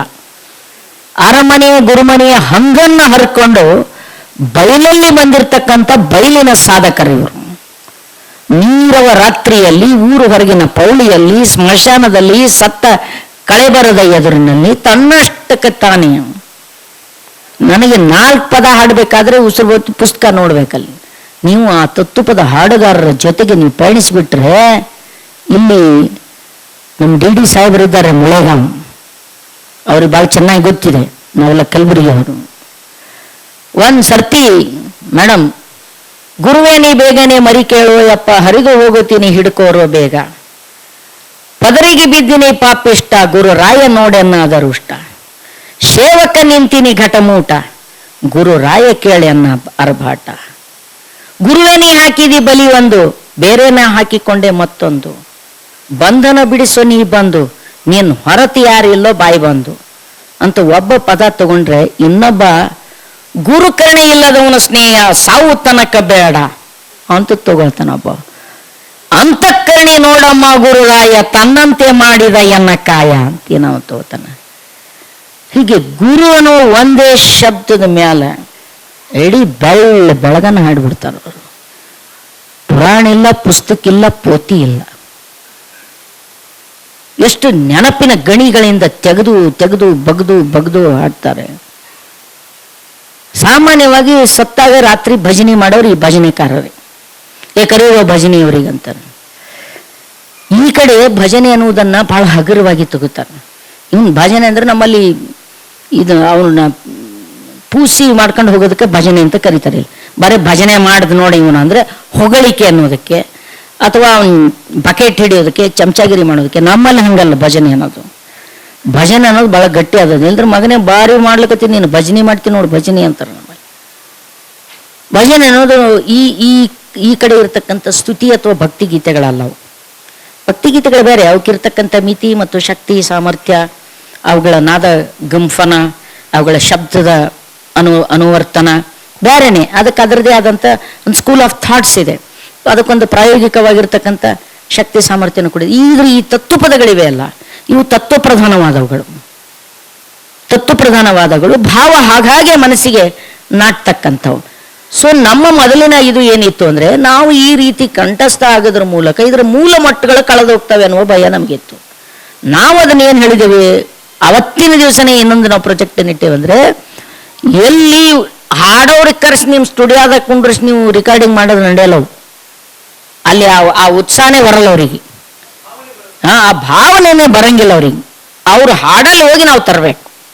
ಆ ಗುರುಗದ್ದಿಗೆ ಎದ್ರೆ ಮೇಡಮ್, ಇವು ಗುರುಗದ್ದಿಗೆ ಎದ್ರೆ ಅಮಾವಾಸ್ಯೆ ದಿವಸ, ಹುಣ್ಣಿ ದಿವಸ, ಜಾತ್ರೆಗಳ ಸಂದರ್ಭದಲ್ಲಿನೋ, ವಿಶೇಷವಾದ ಕಾಂಡಗಳ ಸಂದರ್ಭದಲ್ಲಿನೋ ಸಂಭಾವನೆಗಾಗಿ ಹಾಡುವ ಹಾಡುಗಾರರಲ್ಲ. ನಮ್ಗೆ ಇನ್ನೊಂದು ಭಯ ಇತ್ತು, ಇವ್ರನ್ನ ಇಲ್ಲಿ ಕರ್ಕೊಂಡು ಬಂದು ಹಾಡ ಆಡಿಸಿಬಿಟ್ಟು ಸಂಭಾವನೆ ಕೊಟ್ಬಿಟ್ಟೆ ಅಂದ್ರೆ ಎಲ್ಲಿ ಇವ್ರ ನಿಯತ್ ಖರಾಬ್ ಮಾಡಿಬಿಡ್ತೇವೇನೋ ಅಂತ, ಕೆಡಿಸಿಬಿಡ್ತೇವೇನೋ ಅನ್ನುವಂಥ ಒಂದು ಭಯ ಇತ್ತದು. ಸಂಭಾವನೆಗಾಗಿ ಹಾಡೋರಲ್ಲ ಅವ್ರು. ನೀವು ಹಾಡಂದ್ರೂ ಹಾಡಲ್ಲ ಅವರು. ಅದು ಭಾರಿ ಅನುಭವಿಕ ಲೋಕ ಅದು. ಹಾಗಂತೇಳಿ ಅದನ್ನೆಲ್ಲ ಅಮೂರ್ತಗೊಳಿಸುವಂಥ ಮತ್ತು ಅದನ್ನು ಪ್ರಾಯೋಗಿಕತೆಯಿಂದ ದೂರ ಸರಿಸುವಂಥ ಆವೇಶದ ಉಮೇದು ನಂದಲ್ಲ. ಅದಕ್ಕೊಂದು ಪ್ರಾಯೋಗಿಕವಾದ ಹಂತ ಇರಲೇಬೇಕು. ಅವುಗಳನ್ನು ನಾವು ಮೂಲ ಧಾಟಿಗಳಲ್ಲಿ, ಮೂಲ ಮಟ್ಟಗಳಲ್ಲಿ ಈಗಾಗಲೇ ಅನೇಕ ಮಟ್ಟಗಳು ಕಳೆದು ಹೋಗಿವೆ, ಅವ್ರು ಹೊರಟೋಗಿದ್ದಾರೆ. ನಮ್ಮ ಭಾಗದೊಳಗೆ ಮೊದಲು ಏಕತಾರಿ ಮ್ಯಾಗ ಹಾಡ್ತಿದ್ರು, ಪೇಟಿ ಟಬ್ಲದ ಮ್ಯಾಗ ಹಾಡ್ತಿದ್ದಿಲ್ಲ. ತತ್ವಪದಗಳು ಏಕತಾರಿ, ಹೌದು, ಏಕ ನಾಡಿ, ಒಂದೇ ನಾಡಿ. ಅದು ಅವ್ರದ್ದು ಆ ತತ್ವಪದದ ಒಂದು ತಂತಿ ಅದಲ್ಲ, ಅದು ತಂಬೂರಿದ ತಂತಿ. ಅದು ಈಡಾ ಪಿಂಗಳಲ್ಲದ ಸುಷುಮ್ನ ನಾಡಿ. ಅದು ಸುಷುಮ್ನ ನಾಡಿ, ಅದು ನಾದ. ಅದು ಅನಹತ ನಾದ. ಹದ್ ಹದ್ ಅನಹದ್, ಅನಹದ ನಾದ ಡೋಲರೆ, ಅನಹದ ನಾದ. ಅದು ಆ ನಾದ ಹೊರಡಿಸ್ತಕ್ಕಂಥದ್ದು ನನ್ನ ಬೆನ್ನಿನ ಆಧಾರ ಸ್ವಾಧಿಷ್ಠಾನಿ ಮಣಿಪುರ ಅನಾಹುತ ವಿಶುದ್ಧ ಬ್ರಹ್ಮರಂಧ ಪಶ್ಚಿಮ ಶಿಖಾಚಕ್ರ ಮೂಲಕ ಕುಂಡಲಿನಿಯನ್ನು ಜಾಗೃತಗೊಳಿಸಿಕೊಂಡು ಅಲ್ಲಿ ನೀನು ಸಹಸ್ರಕ್ಕೇರಿದ ನಂತರ ಆಗುವಂಥ ನಾದ ತೇಜಾದಿಗಳ ಆನಂದ. ಅದು ಹೌದಲ್ರಿ? ಕೋಟಿ ಸೂರ್ಯರ ಪ್ರಭೆಯನ್ನು ನಾಚಿಸುವಂಥ ಬೆಳಕು ಅಂತೇನು ಹೇಳ್ತಾರಲ್ಲ ಅವರು, ಆ ನಾದ. ಆ ನಾದಕ್ಕೆ ಇಂಬುಗೊಟ್ಟು ಹಾಡುವಂಥವ್ರು ಅವರು. ಆ ಹಾಡುಗಳನ್ನು ಹಂಗಂಗೆ ತಗೊಂಡು ಬಂದು ನಾವು ಈಗ ಅವು ದಾಖಲೀಕರಣಕ್ಕೆ ಒಳಗಾಗಬೇಕು ಅನ್ನೋ ಮಾತನ್ನು ಅವತ್ತೂ ಹೇಳಿದ್ದೇವೆ. ಇವತ್ತು ಕೂಡ ಹೇಳ್ತಾ ಇದ್ದೇವೆ. ಅವುಗಳನ್ನು ನಾವು ಉಳಿಸ್ಕೊಳ್ಬೇಕಾಗಿದೆ. ಅವ್ರ ಹತ್ರ ಹೋಗಿ ಇವನು ಉಳಿಸ್ಕೋಬೇಕಲ್ಲಮ್ಮ ಅಂತ ಕೇಳಿದ್ರೆ ನಿನ್ಗೆ ಯಾರು ಹೇಳೋದು ಉಳಿಸ್ಕೊ ಅಂತ ಕೇಳ್ತಾರೆ ಅವ್ರು. ನಮ್ಗೆ ಏನು ಉಳಿಸ್ಕೋತೀಯ, ನೀನೇ ಉಳಿಯಮಿದ್ದೇನಂತಾರ ಅವ್ರು. ನಾನು ನಿಮ್ಗೆ ಗೊತ್ತಿಲ್ಲ, ನನಗೊಂದು ಪದ ಬೇಕಾಗಿತ್ತು ರೀ. ಮಡಿವಾಳಪ್ಪನ ಶಿಷ್ಯ ಕಡಲೆವಾಡ ಸಿದ್ದಪ್ಪ ಅಂತ ಒಬ್ಬ, ಅವನು ದನ ಕಾಯುವ ಧಾಟಿಯಲ್ಲಿ ಒಂದು ಪದ. ದನ ಕಾಯೋದು ಅದು ಧ್ವನಿ ತೆಗಿಲಿಕ್ಕೆ ಬರಬೇಕಲ್ಲ, ಹಲೆ ಹಲೆ ಹಲೆ ಹಲೆ ಹಲೆ ಹಾಯ್ ಹಾಯ್ ಹಾಯ್ ಹಾಯ್ ಪೂರ್ತಿ ಬರಂಗಿಲ್ಲ ನನಗದು. ಅದು ಎಮ್ಮಿ ಕಾಯೋರಿಗೆ ಬರೋದು. ಎಮ್ಮಿ ಕಾಯ ಧಾಟಿ ಒಳಗೆ ಬರ್ದಿದ್ದವ. ಕರೆಸಿಕೊಳ್ಳುವೆ ನನ್ನ ಎಮ್ಮೆ ನಿನಗೊಮ್ಮೆ, ಗುರು ಮಡಿವಾಳನೆ ಎಮ್ಮೆ ಬಾ ಬಾ ಬಾ, ನಿನಗೆ ಹಾಕುವೆ ಹತ್ತಿ ಕಾಳು ಮುಸುರಿ ಹಿಂಡಿ ನನ್ನ ಎಮ್ಮೆ, ಗುರು ಕರ್ಣಿ ಎಮ್ಮೆ ಬಾಬಾ ಅಂತ. ಈ ಪದ ಅದಂತ ಗೊತ್ತಿತ್ತು ನನಗೆ, ಇಂಥಲ್ಲಿ ಎಲ್ಲೋ ಒಂದು ಕಡೆ ಅದಂತ ಗೊತ್ತಿತ್ತು. ಆ ಪದ ಹುಡುಕಲಿಕ್ಕೆ ನಾನು ನಮ್ಮ ಅಪ್ಪ ಸೇರಿ, ನಮ್ಮ ಅಪ್ಪನು ನಮ್ಮನೆ ಅವಧೂತಿದ್ದಂಗೆ ಇದ್ದವನು, ನಾನು ನಮ್ಮ ಅಪ್ಪ ಸೇರಿ ಹಳ್ಳಿ ತಿರುಗಿ ಇಂಥಲ್ಲಿ ಸಿಗ್ತದಂತ ಅವ್ರ ಬಳಿ ಹೋಗಿ ಕೂತೇವು. ಮುತ್ತೇರೆ ಈ ಪದ ಅದ ಅಂತ ನಿಂಬಲ್ಲಿ ಅಂತ ಯಾವ ವೇಳೆ ನಿನಗೆ ಅಂದಳು. ಇಲ್ರಿ ಹಿಂಗೆ ಎಲ್ಲ ಗೊತ್ತಾಯ್ತು ಅಂದ. ಎಷ್ಟನೇ ಕಲ್ತಿದ್ರು ಸಾಯಿ ಅಂದ. ಎಮ್ಮೆ ಕಲ್ತೀನ್ರಿ ಅಂದ. ಎಮ್ಮೆ ಕಲಿಯೋರಿಗೆಲ್ಲ ಎಮ್ಮಿ ಕಾಯ ಪದ ಹಾಕ್ಬೇಕು, ಹೋಗಿ ಎಮ್ಮಿ ಕಾಯಕ್ಕೆ ಬರ್ತದ ನಿನಗಣ್ಣ. ಕೂತೆ ನಾನು ಕೂಡ್ಲಿ ಉದ್ದಾಡ್ತಾನ ಬರ್ತದ್ರಿ ಕಾಯ್ಲಾಕ ಅಂದ. ಹಿಂಗ ಸಂಗಣ ಬಾರ ಇಲ್ಲ ಅಂದ. ಅವು ದಿನ ಎಮ್ಮಿ ಹೊಡ್ಕೊಂಡ್ಬರ್ತಿಲ್ಲ, ಹೊಸು ಎಮ್ಮಿ ಹೊಡ್ಕೊಂಬಂದವ. ಎಮ್ಮಿ ಹೊಡ್ಕೊಂಡು ಬಂದವ. ಒಂದು 50 ಎಮ್ಮಿ ತಂದಂದ, 50 ಎಮ್ಮಿ. ಯಾರ್ಯಾರು ಎಮ್ಮಿನೋ ಅಂದ. ನಮ್ಮ ನೋಡ್ಲಿಕ್ಕೆ ಎಮ್ಮಿ ಹೊಸು ಎಮ್ಮಿಗೆ ಒಂದೇನಮ್ಮ ಕಾಣ್ತಾವಲ್ರಿ. ಇದು ಗೌಡ್ರಿ ಎಮ್ಮಿ ರೀ, ಇದು ತಳವಾರಿ ಎಮ್ಮಿ ರೀ, ಇದು ಕುಲಕರ್ಣಿಯವ್ರ ಎಮ್ಮಿ ರೀ, ಇದು ಮ್ಯಾಗಿನ ಮನೆಯವ್ರ ಎಮ್ಮಿ ರೀ. ಕರೆಕ್ಟ್ ಕರಾರುವಕ್ಕ ಹೇಳ್ದ. ನಾಳೆಗೆ ವೀಸು ಎಮ್ಮಿ ತರ್ತಾನೆ, ನೀ ಕುನ ಹಿಡಿದು ಹೇಳ್ತೇನಂದ ನಾನು. ಅವ ಹೇಳ್ದ ಎಮ್ಮಿ ಕಾಯವ ಯಾವ್ದಾವ್ದು ಎಮ್ಮಿ ನಮ್ಗೆ ಇದು ಗೌಡ್ರ ಎಮ್ಮಿ ಯಾವುದು, ಕುಲಕರ್ಣಿ ಎಮ್ಮಿ ಯಾವುದು, ಯಾವನ ಎಮ್ಮಿ ಯಾವುದು ಹೇಳಕ್ ಬರ್ತದ, ನಮ್ಗೆ ಹೇಳಕ್ ಬರಂಗಿಲ್ಲ.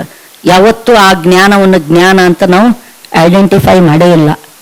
100,000 ಕುರಿ ಇದ್ರೂ ಕುರುಬನಿಗೆ ಗೊತ್ತಾಗ್ತದೆ ಯಾವ ಕುರಿ ಯಾರ್ದದ ಅಂತ. ಇವು ನಮ್ಮ ಕುರಿಯವರಿ, ಇವು ಅವ್ರ ಕುರಿ, ನಮ್ಮ ತಮ್ಮನ ಕುರಿಯವರಿ, ಇವು ನಮ್ಮ ಅಣ್ಣನ ಕುರಿಯವರಿ, ನಮ್ಮ ಕಾಕನ ಕುರಿ, ನಮ್ಗೆ ಹೇಳಕ್ ಬರಂಗಿಲ್ಲ. ಆ ಜ್ಞಾನ ನಮ್ಗೆ ಗೊತ್ತಿಲ್ಲ. ಆ ಅಜ್ಜ ನಂಗೆ ಒಂದು 8 ದಿನ ನೋಡು ಎಮ್ಮಿ ಕಾಯೋದು ಗೊತ್ತಾದ್ರೆ ಇದು ಪದ ಸಿಗ್ತದೆ ನಿನಗೆಲ್ಲರ ಸಿಗಲ್ಲ ನಡೆ ಅಂದವ. ಕೊಡ್ಲೇ ಇಲ್ಲ ಪದ ಅವ. ನಾನು ಸಹಜವಾಗಿ ಮಠದಾಗ ಬೆಳೆದಕ್ಕೆ ಗಮ್ಮಾರನಂಗೆ 8 ದಿನ ಅವ್ನು ಮನೆ ಎದುರೇ ಕುಂತಾವ. ಆದ್ರೆ ನಾವು ಎಷ್ಟು ಶಾಣೆ ಇದ್ದ ಮನುಷ್ಯ, ಒಂದು ಇನ್ನೂ ಕರೆಕ್ಟ್ ಊಟಕ್ಕೆ ಹಾಕವ ನನ್ಗೆ ನಮ್ಮ ಅಪ್ಪ. ಅವ್ರು ಮಂದಾರ ನೋಡಿ ಕೂತಾರ ನೋಡಿ ಉಳ್ಳಾಕ್ ಹಾಕವ್ರಿ ನಾವು ಉಣಸವ. ಸುಮ್ಕೊಂಡ್ರವ ಅವ್ನು ಕಿರಾಣಿ ದುಕಾನ್ದಾಗ ಕೂಡ್ತಿದ್ದವ, ಕಿರಾಣಿ ದುಕಾನ್ ಇತ್ತ ಒಂದು. ಸುಮ್ಕೊಂಡ್ರಲ್ಲ ಅವ್ನ ಎದುರು ನಾಕೊಂಡ್ರ ತಂಗಿ ಯಾಕೆ ಕುಂತೀವ ಹೋಗೋಣ ನಾವು. ಇಲ್ರಿ ಆ ಪದ ಕೇಳ್ಬೇಕತ್ ಬಂದೇನ್ರಿ ಅಂತ. 8-9 ದಿನ ಆದ ಕೂಡಲೇ ನೀನು ಭಾಳ ಜಿಗಿಟ್ ಕಾಡ್ತೀನಿ ಹೆಣ್ಮಗಳು, ಹೌದಲ್ಲ ಕ್ವಾಡಗೆ ಹೆಂಗ ಸೇದ್ದಂಗೆ ಕಾಣುತ್ತ ನೀ ಅಂದವ ಅಂದು. ಅವಾಗ ಆ ಪದ ನನಗೆ ಕೊಟ್ಟವ. ಆ ಪದ ನನಗೆ ಮೊದಲು 1 ಗಂಟೆ ಕುಂಡ್ರಿಸ್ಕೊಂಡು ಹಲೆ ಹಲೆ ಅಲ್ಲಿ ಪ್ರಾಕ್ಟೀಸ್ ಮಾಡಿಸ್ದವ ನನಗೆ. ಯಾವಾಗಿನ ಮಾತು ಹೇಳ್ತೀನಿ ಇದು ನಿಮಗೆ 88ದಾಗ ನಾವು ಹೋಗಿದ್ದವ್ರು ಊರಿಗೆ. ಅದು ಅದ್ರಲ್ಲಿ ಗ್ವಾಲ್ಗೇರಿ ಅಂತೇಳಿ ಹುರ್ಕಡ್ಲಿ ಅವ್ರ ಮನಿತನ. ಅದು ಆ ಧಾಟಿಯ ಮೂಲಕನೇ ಈ ಪದ ಹಾಡಬೇಕು. ಹಾಡ್ದಾಗೆ ಈ ಪದದ ಅರ್ಥ ಉಚ್ತದ ಅಂತ ಹೇಳೋದು. ಅಂದ್ರೆ ಈ ತತ್ತುಪದಗಳಿಗೆ ಜನಪದರ ಬದುಕಿನ ದಿನನಿತ್ಯದ ಸಾಂಗತ್ಯಗಳೊಂದಿಗೆ ಅನನ್ಯವಾಗಿ ತಳಕ್ ಹಾಕೊಂಡಿವೆ ಅವು. ಹೀಗಾಗಿ ಅದು ಏಕನಾದದಲ್ಲಿ, ಅದು ಏಕ್ತಾರೆ, ಎಲ್ಲರೂ ಏಕ್ತಾರಿ. ಅದು ಬಹಳ ಏನಲ್ಲ, ಅದು ಪಂಚಮ ಷಡ್ಜ 1-2-3 ಧ್ವನಿಯ ಅವಸ್ಥೆಗಳ ಅರ್ಥ ಆಗಿಬಿಟ್ರೆ ಮುಗಿದೋಯ್ತು ಏಕ್ತಾರಿ. ಪ್ರಶಾಂತವಾದ ಲಯದಲ್ಲಿ ಶ್ರುತಿಗೆ ತಕ್ಕ ಹಾಗೆ ಅರ್ಥ ಹುರಿಗಟ್ತಾ ಹೋಗಿ ನನ್ನೊಳಗೆ ನೇರವಾಗಿ ಎಳಿತಕ್ಕಂಥವು ತತ್ವಪದಗಳು. ಅವು ಅಬ್ಬರದ ಈಗ ಈ ಹುಡುಗರು ಹಾಡ್ತಾ ಇದ್ದೇವೆ ಅಬ್ಬರದ ವಾದ್ಯ ಪರಿಕರಗಳನ್ನು ಇಟ್ಕೊಂಡು. ಹಬ್ಬದ ವಾದ್ಯ ಪರಿಕರಗಳಿಗೆ ಅವುಗಳು ಅಷ್ಟು ರೀತಿಯಿಂದ ಸಿಂಕ್ರನೈಸ್ ಆಗುವುದಿಲ್ಲ. ಮೇ ಬಿ ಇವತ್ತು ನಾವು ಸತ್ತೋತೇವು, ಮುಂದೆ ಅದೇ ಬೆಸ್ಟ್ ಅನಿಸ್ಬೋದು. ಇದನ್ನ ನೆನ್ಪಿಟ್ಕೋಬೇಕು ನಾವು. ಅದು ಆಗದೇ ಇಲ್ಲ, ಹಂಗಾಡಿ ತಪ್ಪು ಅಂತ ಹೇಳಿದ್ರೆ ನಾವು ಅಷ್ಟರ ಮಟ್ಟಿಗೆ ಪೀಚೆ ಹಟ್ಗೆ ಇಲ್ಲ. ನಮ್ಗೆ ಅವತ್ತು ಇದು ರುಚಿಸಲಿಕ್ಕಿಲ್ಲ, ಗೊತ್ತಿಲ್ಲ. ನಾಳಿನ ದಿನಗಳಲ್ಲಿ ಜಾಜ್ ಪಾಪ್ದಾಗೆ ತತ್ವಪದ ಹಾಡಬಹುದು, ಹೌದಲ್ಲ? ಅದು ಒಂದು ಲೋಕ ಇರ್ತದೆ ಸ್ವಾಮಿ. ಯಾವುದನ್ನು ನೀವು ನಿರಾಕರಿಸಲಿಕ್ಕೆ ಮಿತಗೊಳಿಸಲಿಕ್ಕೆ ಆಗೋದಿಲ್ಲ. ಅದರ ಸದ್ಯಕ್ಕೆ ತತ್ವಪದಗಳ ಆ ಅರ್ಥ ಸಾಧ್ಯತೆಯನ್ನು ನಮ್ಮ ಒಳಗೊಳಗೆ ಇಳಿಬೇಕಂದ್ರೆ ಅವರ ಮೂಲ ಮಟ್ಟುಗಳಲ್ಲಿ ದಾಖಲಿಸುವ ಕೆಲಸ ಅವರು ಇದ್ದ ನೆಲೆಯಲ್ಲಿ ಹೋಗಿ ಮಾಡಬೇಕು. ಹಾಗಾಗಿ ನಮ್ಮ ಮಕ್ಕಳಿಗೆ ಅದನ್ನು ವರ್ಗಾಯಿಸಬೇಕು. ಯಾಕೆ ವರ್ಗಾಯಿಸ್ಲಿಕ್ಕೆ ಆಗಲಿಲ್ಲ ನಮಗೆ? ದೊಡ್ಡ ಪ್ರಶ್ನೆ ನಮ್ದು ಉತ್ತರ ಕರ್ನಾಟಕದವ್ರಿಗೆ. ಅದಕ್ಕೂ ಕೂಡ ಒಂದು ಕಾರಣ ಇದೆ. ನಾವೇನು ಯೂನಿವರ್ಸಿಟಿ ಮೇಸ್ಟ್ರುಗಳು ಎಲ್ಲ ಬಂದಿವಲ್ರಿ, ನಾವೆಲ್ಲ ಕಲ್ತು MA PhD ವಿದ್ವಾನ್ ಡಾಡಾ ಅನ್ಸ್ಕೊಂಡೇನು ಬಂದ್ಬಿಟ್ಟೇವಲ್ಲ. ನಮಗೂ ನಮ್ಮ ನಾಡಿನ ನಮ್ಮ ಮನೆಯಾಗಿಂದು ಘರ್ಕಾ ಮುರ್ಗಿ ದಾಲ್ ಬರಾಬರ್, ಅದು ತಿಳಿದವ್ರಿಗೆ ತಿಳಿತದೆ. ಘರ್ಕಾ ಮುರ್ಗಿ ದಾಲ್ ಬರಾಬರ್ ಅರ್ಥ ಐತ್ರಿ ಎಲ್ಲರಿಗೆ? ಕೆಲವೊಬ್ಬರಿಗೆ ನಮ್ಮ ಭಾಗದವ್ರು ಯಾರು ಅವ್ರಿಗೆ ಅರ್ಥ ಆಗಿರ್ತದೆ. ಇಲ್ಲಿ ಸ್ವಲ್ಪ ಅದು ಘರ್ಕಾ ಮುರ್ಗಿ ದಾಲ್ ಬರಾಬರ್ ಅಂದ್ರೆ ಮನೆಯನ್ ಕೋಳಿ ಬೇಳೆ ತಿಂದ ಹಾಗೆ. ಬೇಳೆ ಮಾಮೂಲಿ, ಬೇಳೆ ದಿನ ಮಾಡ್ತೀವಿ ನಾವು, ಬೇಳೆ ಮಾಮೂಲಿ. Chicken special. ಚಿಕನ್ ಅಂದ ಕೂಡಲೇ 8 ಜನರ ಬಾಯಿಗೆ ನೀರು ಬಿಟ್ಟು ಹೋದಲ್ಲ.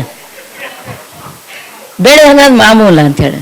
ಅದು ಮನೆಯನ್ ಕೋಳಿ ನಿಂಗೆ ಕಿಮ್ಮತ್ತಾಗಂಗಿಲ್ಲ, ಹೊರಗಿನ ಖರೀದಿ ಮಾಡಿ ತಂದಿ ಅಂದ್ರೆ ಗೊತ್ತಾಗ್ತದೆ ಅಂದಂಗೆ. ಹಿಂಗಾಗಿ ನಮ್ಮ ನಾಡಿನ ವಿದ್ವಾಂಸರಿಗೆ ಏನಾದವು ರೀ, ನಾವು ಚಿಕ್ಕದೇವರಾಜನ ನಂತರ ನಮ್ಮ ಸಾಹಿತ್ಯ ಚರಿತ್ರೆಕಾರರು ಕಟ್ಟಿಕೊಟ್ಟಿರ್ತಕ್ಕಂಥ ಭಾವಗೀತೆಯ ಲೋಕಕ್ಕೆ ಬಂದು ನಮ್ಮ ನಾಡಿನ ಸಹಜವಾಗಿರ್ತಕ್ಕಂಥ ಈ ಜ್ಞಾನ ವಲಯ ಇತ್ತಲ್ಲ, ಜನರ ನಾಡಿಯೊಂದಿಗೆ ನಡ್ಕೊಂಡು ಬಂದಿರತಕ್ಕಂಥ ಜ್ಞಾನ ವಲಯ ಇತ್ತಲ್ಲ, ಅದೇನು ಭಜನಿ ಅಂದ್ರೆ ಕೆಲಸಕ್ಕೆ ಬರಲಾರ್ದವರು ಗುಡಿಯಾಗ ಬೈಲ್ನೊಳಗ ಮಠದಾಗ ಕುಂತು ಏನೋ ತಂಪಾಡಿಗೆ ತಾವು ಹಾಡ್ಕೋತಾವಂತ ನಾವು ಅವುಗಳನ್ನ ಅವಜ್ಞೆ ಮಾಡಿದೆವು. ನಾವು ಫಕೀರರು, ಮೈಗಾಳರು, ಕೆಲ್ಸಕ್ಕೆ ಬರಲಾರ್ದವರು, ಮೂರ್ಖರು, ಬುದ್ಧಿ ಇಲ್ದವರು ಏನೋ ಹಾಡ್ಕೊತ ತಿರುಗ್ತಾರೆ. ಅವೆಲ್ಲ ಸಾಹಿತ್ಯ ಅನ್ನಕ್ಕಾಗ್ತದೆ ಏನು? ಇವತ್ತಿಗೂ ಭಾಳ ಮಂದಿಗೆ ನೀವು ತತ್ವಪದಗಳನ್ನ ಸಾಹಿತ್ಯ ಅಂತೀರಿ, ಅದೇನು ಸಾಹಿತ್ಯ ಆಗ್ತದೆ ಅಂತ ಕೇಳ್ತಕ್ಕಂಥ ಇದು ಇರೋದ್ರಿಂದ ಸಹಜವಾಗಿಯೇ ಭಾಳಷ್ಟು ಕಳ್ಕೊಂಡಿವಿ ನಾವು. ಉಳ್ಕೊಂಡಿದ್ದು ಕಡಿಮೆ. ಅದು ಕೂಡ ಹೇಗಿತ್ತು, ವಚನಗಳನ್ನು ಕಳ್ಕೊಂಡಿವಿ. ವಚನಗಳನ್ನು ಹಾಳು ಮಾಡ್ಬೇಕಂತ ಹಾಳು ಮಾಡೇ ಕಳ್ಕೊಂಡಿದ್ದಾಗಿದೆ. ವಚನಗಳನ್ನ ನಿರ್ನಾಮ ಮಾಡ್ಬೇಕಂತ ಹೇಳಿ, ವಚನಗಳನ್ನ ಧ್ವಂಸ ಮಾಡ್ಬೇಕಂತ ಹೇಳಿ ಒಂದು ಕಾರ್ಯಾಚರಣೆ ಆಯ್ತಲ್ಲಿ. ಕಾರ್ಯಾಚರಣೆ ಆಗಿ ಕಳೆದು ಹೋದದ್ದು ಭಾಳ. ಅದ್ರ ತತ್ವಪದಗಳನ್ನು ಕಾರ್ಯಾಚರಣೆ ಏನಾಗಲಿಲ್ಲ, ಅವಜ್ಞೆ. ಅವು ಭಾರಿ ಅಲ್ಲ ಅಂತಿಕೊಂಡು ಹೇಳಿ ಒಬ್ಬರೊಬ್ಬರು 400-500 ಪದ ಹಾಡೋರಿದ್ರು, ಸತ್ತೋದರವು. ಅವರೊಂದಿಗೆ ಆ ಪದಗಳು ಕಳೆದೋದು, ಆ ಮಟ್ಟುಗಳು ಕೂಡ ಕಳೆದೋದು. ಆ ಮಟ್ಟುಗಳಲ್ಲಿ ತತ್ವಗಳು ಪಠ್ಯ ಅಲ್ಲ, ಅದೊಂದು ಪ್ರಯೋಗ. ಆ ಪ್ರಯೋಗವನ್ನು ಹಂಗಂಗೆ ವರ್ಗಾಯಿಸ್ಬೇಕದನ್ನು, ಹಂಗಂಗೆ ನಮ್ಮ ಮುಂದಿನ ತಲೆಮಾರಿಗೆ ದಾಟಿಸ್ಬೇಕಾಗಿರುವಂಥ ಸಾಂಸ್ಕೃತಿಕ ಹೊಣೆಗಾರಿಕೆ ಕನ್ನಡ ಸಂಸ್ಕೃತಿಗೆ ಇಲಾಖೆ ಇದೆ ಅನ್ನೋದನ್ನು ನೆನಪಿಸಿಕೊಟ್ರಲ್ಲ, ಅದು ನಿಜವಾದ ಕೂಡ ಸತ್ಯ, ವಾಸ್ತವ. ಮುಂದಿನ ದಿನಗಳಲ್ಲಿ ಅಂಥದನ್ನು ಎತ್ಕೊಳ್ಳಿಕ್ಕೆ ಇಲಾಖೆಗೆ ಸಾಧ್ಯ. ಇದನ್ನು ಪ್ರಪೋಸಲ್ ಇಟ್ಟಾಗಿದೆ ಆಲ್ರೆಡಿ. ನೀವು ಅವುಗಳನ್ನ ಇದಾಗಬೇಕು, ಯೂಟ್ಯೂಬ್ನೊಳಗೆ ಬಿಡಬೇಕು, ಮತ್ತು ಮುಂದಿನ ಹುಡುಗರು ಯಾರು ಕಲಿತಾರಂತಾರೆ ಅಲ್ಲೇ ಅಂಥ ಗದ್ದಿಗೆಗಳಲ್ಲಿ ಹೋಗಿ ಅವ್ರಿಗೆ ಕಲಿಸಿ ಬರಬೇಕು. ಒಂದು ಸಾಧಕರವರು ಹಾಡೋರೆಲ್ಲ ಇಟ್ಸ್ ನಾಟ್ ಸ್ಟೂಡೆಂಟ್ಸ್, ವಿದ್ಯಾರ್ಥಿಗಳಲ್ಲ, ಅವರು ಸಾಧಕರು. ಆ ನಾದ ಇದ್ದವ್ರಿಗೆ ಅದು ಹಿಡಿತದೆ ಕೈ. ನಾವು ಈಗ ಅಜ್ಜ 4 ಪದ ಕೊಡಪ್ಪ ಮುಂದೆ ನೀ ಸತ್ಯ ಅಂದ್ರೆ ಹೊಸು ಕಳಿತಾವಲ್ಲೋ ಅಜ್ಜ, ಕಳೆದು ಹೋಗಲಕ್ಕ ನೀನು ಉಳಕಿದ್ದಿ ಅನ್ಕದವ್ ನನಗೆ. ಅಷ್ಟು ಸಹಜವಾಗಿ ಹೇಳೋದು. ಕಳೆದ್ರೆ ಏನಾಯ್ತು, ಸೇಮ್ ನನಗಾಗಿದ್ದ ಎಕ್ಸ್ಪೀರಿಯನ್ಸೇ ನಟರಾಜ್ ಬೂದಾಳ್ ಸರ್ಗೆ ಆಯಿತು. ಅವರು ಯಾವುದೋ ಒಂದು ಅಮ್ಮನ ಹತ್ರ ಹೋಗಿ, ಅಮ್ಮ ಈ ಪದಗಳು ನಮ್ಗೆ ಬೇಕಮ್ಮ. ಯಾಕಂತ, ಅಲ್ಲಮ್ಮ ನೀನು ಕೊಡ್ಲಿಲ್ಲ, ಒಲ್ ಬಿಡಪ್ಪ ಏನು ಮಾಡ್ತೀವಿ ಪದಗಳು ತಗೊಂಡು. ಇಲ್ಲಮ್ಮ ಈಗ ನಾವು ದಾಖಲೆ ಮಾಡ್ಬೇಕು, ಇಲ್ಲೇ ಹೋದ್ರೆ ಕಳೆದು ಹೋಗ್ತಾವಂದ್ರೆ ಅವಾಗೂ ಆಕೆ ಆನ್ಸರ್ ಕೊಟ್ಟಿದ್ನ ಅದೇ, ಕಳೆದ್ರೆ ಬಿಡಯ್ಯ ಇನ್ನೊಂದು 4 ಮತ್ತೊಂದು ಕಟ್ಕೊಂಡ್ರೆ ಆಯ್ತು ಅಂತ ಹೇಳಿದ್ಲು ಅಂತಕಿ. ಆದ್ರೆ ನನಗೆ ಅವ ಏನು ಹೇಳ್ದ, ಅಜ್ಜ ಅಂದ್ರೆ ಕಳೆದೋತವಲ್ಲ ಮುತ್ಯ, ಮತ್ತು ಅವು ಉಳಿಲ್ಲ ಅಂದ್ರೆ ಕಳೆದ್ರೆ ಕಳೆಯಲಕ್ಕ ನೀ ಏನು ಉಳಿಲಾಕ ಬಂದಿ ಅಂದವ ನನಗೆ. ಕಳೀತೀನಿ ಅಂತ ಹೇಳದವ. ಸೊ ನಾವು ಅದೆಲ್ಲ ಅವಧೂತರ ಮಾತು ಸರಿ ಹೌದಲ್ಲ, ಅದರ ಒಂದು ಪರಂಪರೆಯ ಜವಾಬ್ದಾರಿ ನಮ್ಮ ಮೇಲಿದೆ, ಅವನು ಉಳಿಸ್ಬೇಕು, ಅಲ್ಲೇ ಬೆಳಿಬೇಕು. ಮತ್ತು ಅದರ ಮೂಲ ಮಟ್ಟಗಳಲ್ಲಿ ಅಲ್ಲೇ ಹೋಗಿ ದಾಖಲೆ ಆಗ್ಬೇಕು.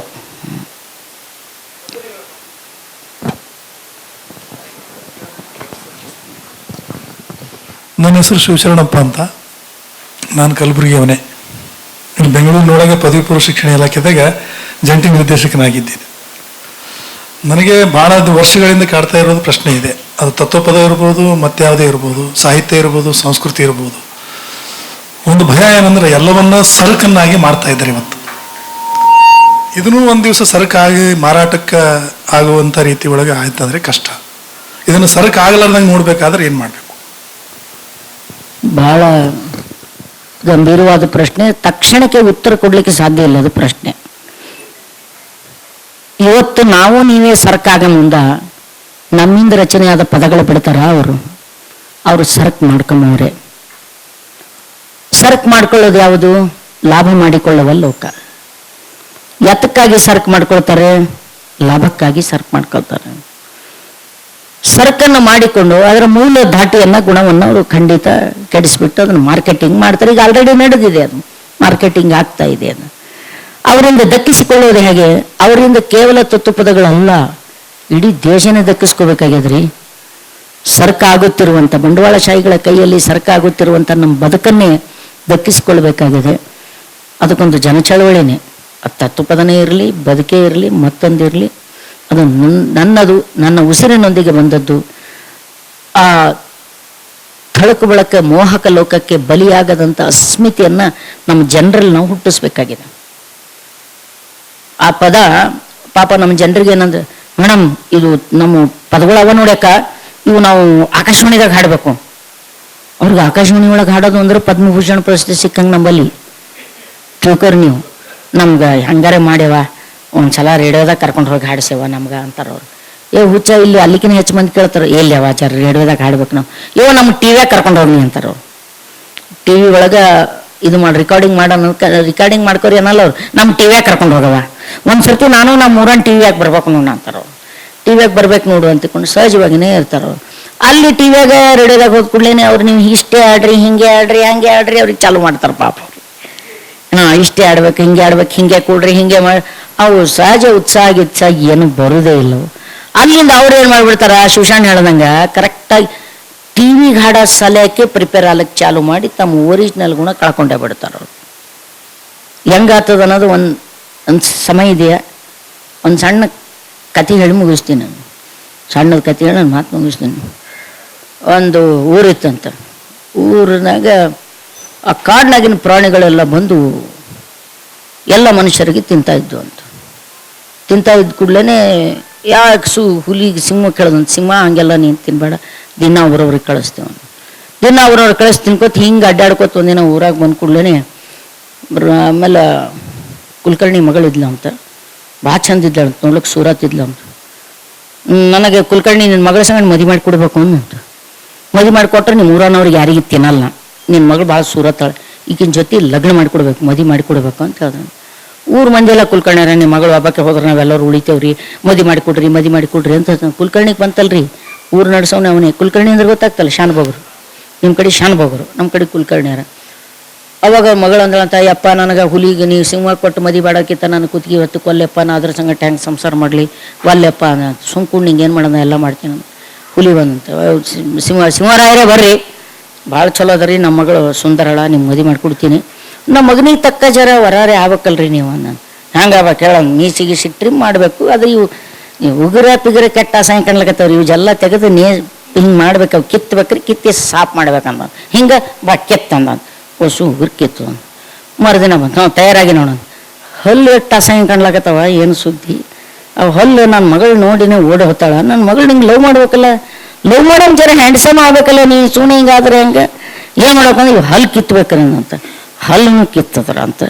ಉಗುರ್ನಂತ ಮೀಸಿ ನೋಡಿದ್ರೆ ಕೆಟ್ಟ ಅಡಿ ಮನುಷ್ಯಂಗಣ್ಣ ಕಾಣಿಸ್ತೀವಿ, ಮೀಸಿ ತೆಗೀತು. ಮರುದಿನ ಬಂದು, ನಾ ಮದುವೆ ಮಾಡ್ಕೋತೀನಿ ನಾನು. ಆಗಾನೇನು ಹುಚ್ಚುಗೊಟ್ಟಿ ನಿನ್ಗ್ಯಾರು ಮದುವೆ ಮಾಡ್ಕೋತಾರಂತ. ಯಾಕಂದ್ರೆ ಅದಕ್ಕೆ ಹಲ್ಲುನೂ ಇದ್ದಿಲ್ಲ, ಉಗುರ್ನೂ ಇದ್ದಿದ್ದಿಲ್ಲ, ಮೀಸಿನೂ ಇದ್ದಿಲ್ಲ. ಏನು ಮಾಡ್ತದೆ, ಹೊಡಿಬೋದು ಬೆಕ್ಕಿಗೊಳವಾಗಿ. ಹೌದಲ್ಲ, ನಾಳೆ ಓಡಿಸ್ಬಿಟ್ಟು ಅಂತ.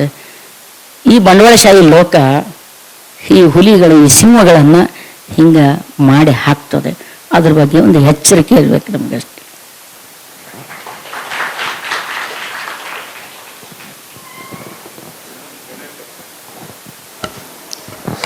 ಹೇಳಿ. ಇವತ್ತಿನ ಕಾಲದಲ್ಲಿ ಮೀನಾಕ್ಷಿ ನಮ್ಮ ದೇಶದ ಮುಂಚೂಣಿಯಲ್ಲಿ ಇದ್ದಾಳವಳು. ಅಂದರೆ ನಾವೀಗ ಸ್ವತಂತ್ರನ ಕಳ್ಕೊಂಡಿದ್ದೀವಿ ಎಲ್ಲ ರೀತಿಯಿಂದ. ಬ್ಯೂರೋಕ್ರಸಿ ಆಯಿತು, MLA ಆಯಿತು,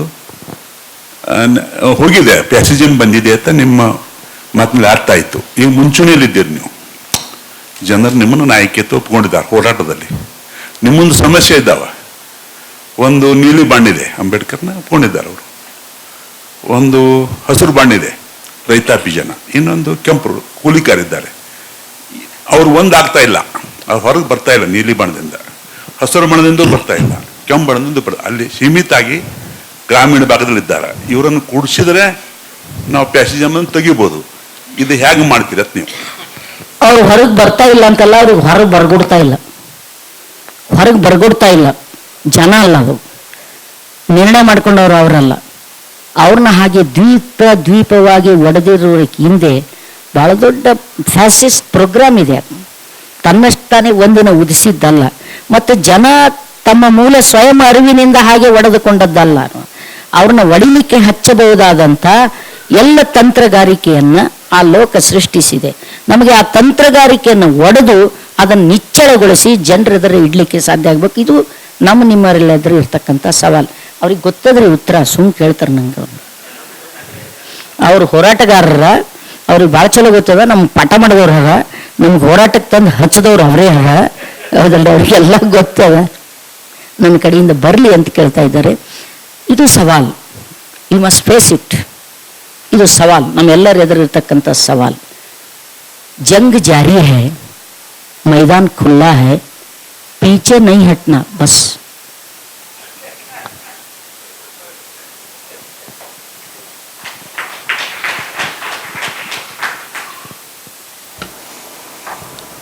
ಬಹುಶಃ ನಿಮ್ಮೆಲ್ಲರ ಪ್ರಶ್ನೆಗಳಿಗೆ ಉತ್ತರ ಸಿಕ್ತು ಅಂತ ಹೇಳಿ ನಾವು ಭಾವಿಸ್ತೀವಿ. ಇನ್ಯಾರದ್ದಾದ್ರೂ ಪ್ರಶ್ನೆ ಇದೆಯಾ?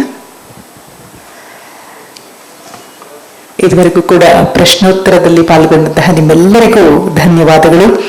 ಕರ್ನಾಟಕಗಳಂತಹ ಸ್ತ್ರೀವಾದದ ದಿಟ್ಟ ದನಿ ಡಾಕ್ಟರ್ ಮೀನಾಕ್ಷಿ ಬಾಳಿ. ಮತ್ತೊಮ್ಮೆ ಅಭಿನಂದನಾಪೂರ್ವಕ ಚಪ್ಪಾಳೆಯೊಂದಿಗೆ ಅವರಿಗೆ ನಾವು ಅಭಿವಂದನೆಗಳನ್ನು ಸಲ್ಲಿಸ್ತಾ ಇದ್ದೇವೆ. ಮನೆಯಂಗಳದಲ್ಲಿ ಮಾತುಕತೆ ತಿಂಗಳ ಅತಿಥಿಗಳಿಗೆ ಮತ್ತೊಮ್ಮೆ ಧನ್ಯವಾದಗಳು. ಕನ್ನಡ ಮತ್ತು ಸಂಸ್ಕೃತಿ ಇಲಾಖೆಯ ನಿರ್ದೇಶಕರು KM ಗಾಯತ್ರಿ ಅವರಿಗೂ ಕೂಡ ನಾವು ಧನ್ಯವಾದಗಳನ್ನು ಅರ್ಪಿಸ್ತಾ ಕಾರ್ಯಕ್ರಮವನ್ನು ಇಲ್ಲಿಗೆ ಮುಗಿಸ್ತಾ ಇದ್ದೇವೆ. ಕಾರ್ಯಕ್ರಮದ ನಿರೂಪಣೆಯಲ್ಲಿ ನಾನು ಶ್ರೀಮತಿ ಸಂಧ್ಯಾ ಭಟ್. ಸರ್ವರಿಗೂ ಶುಭ ದಿನ. ನಮಸ್ಕಾರ.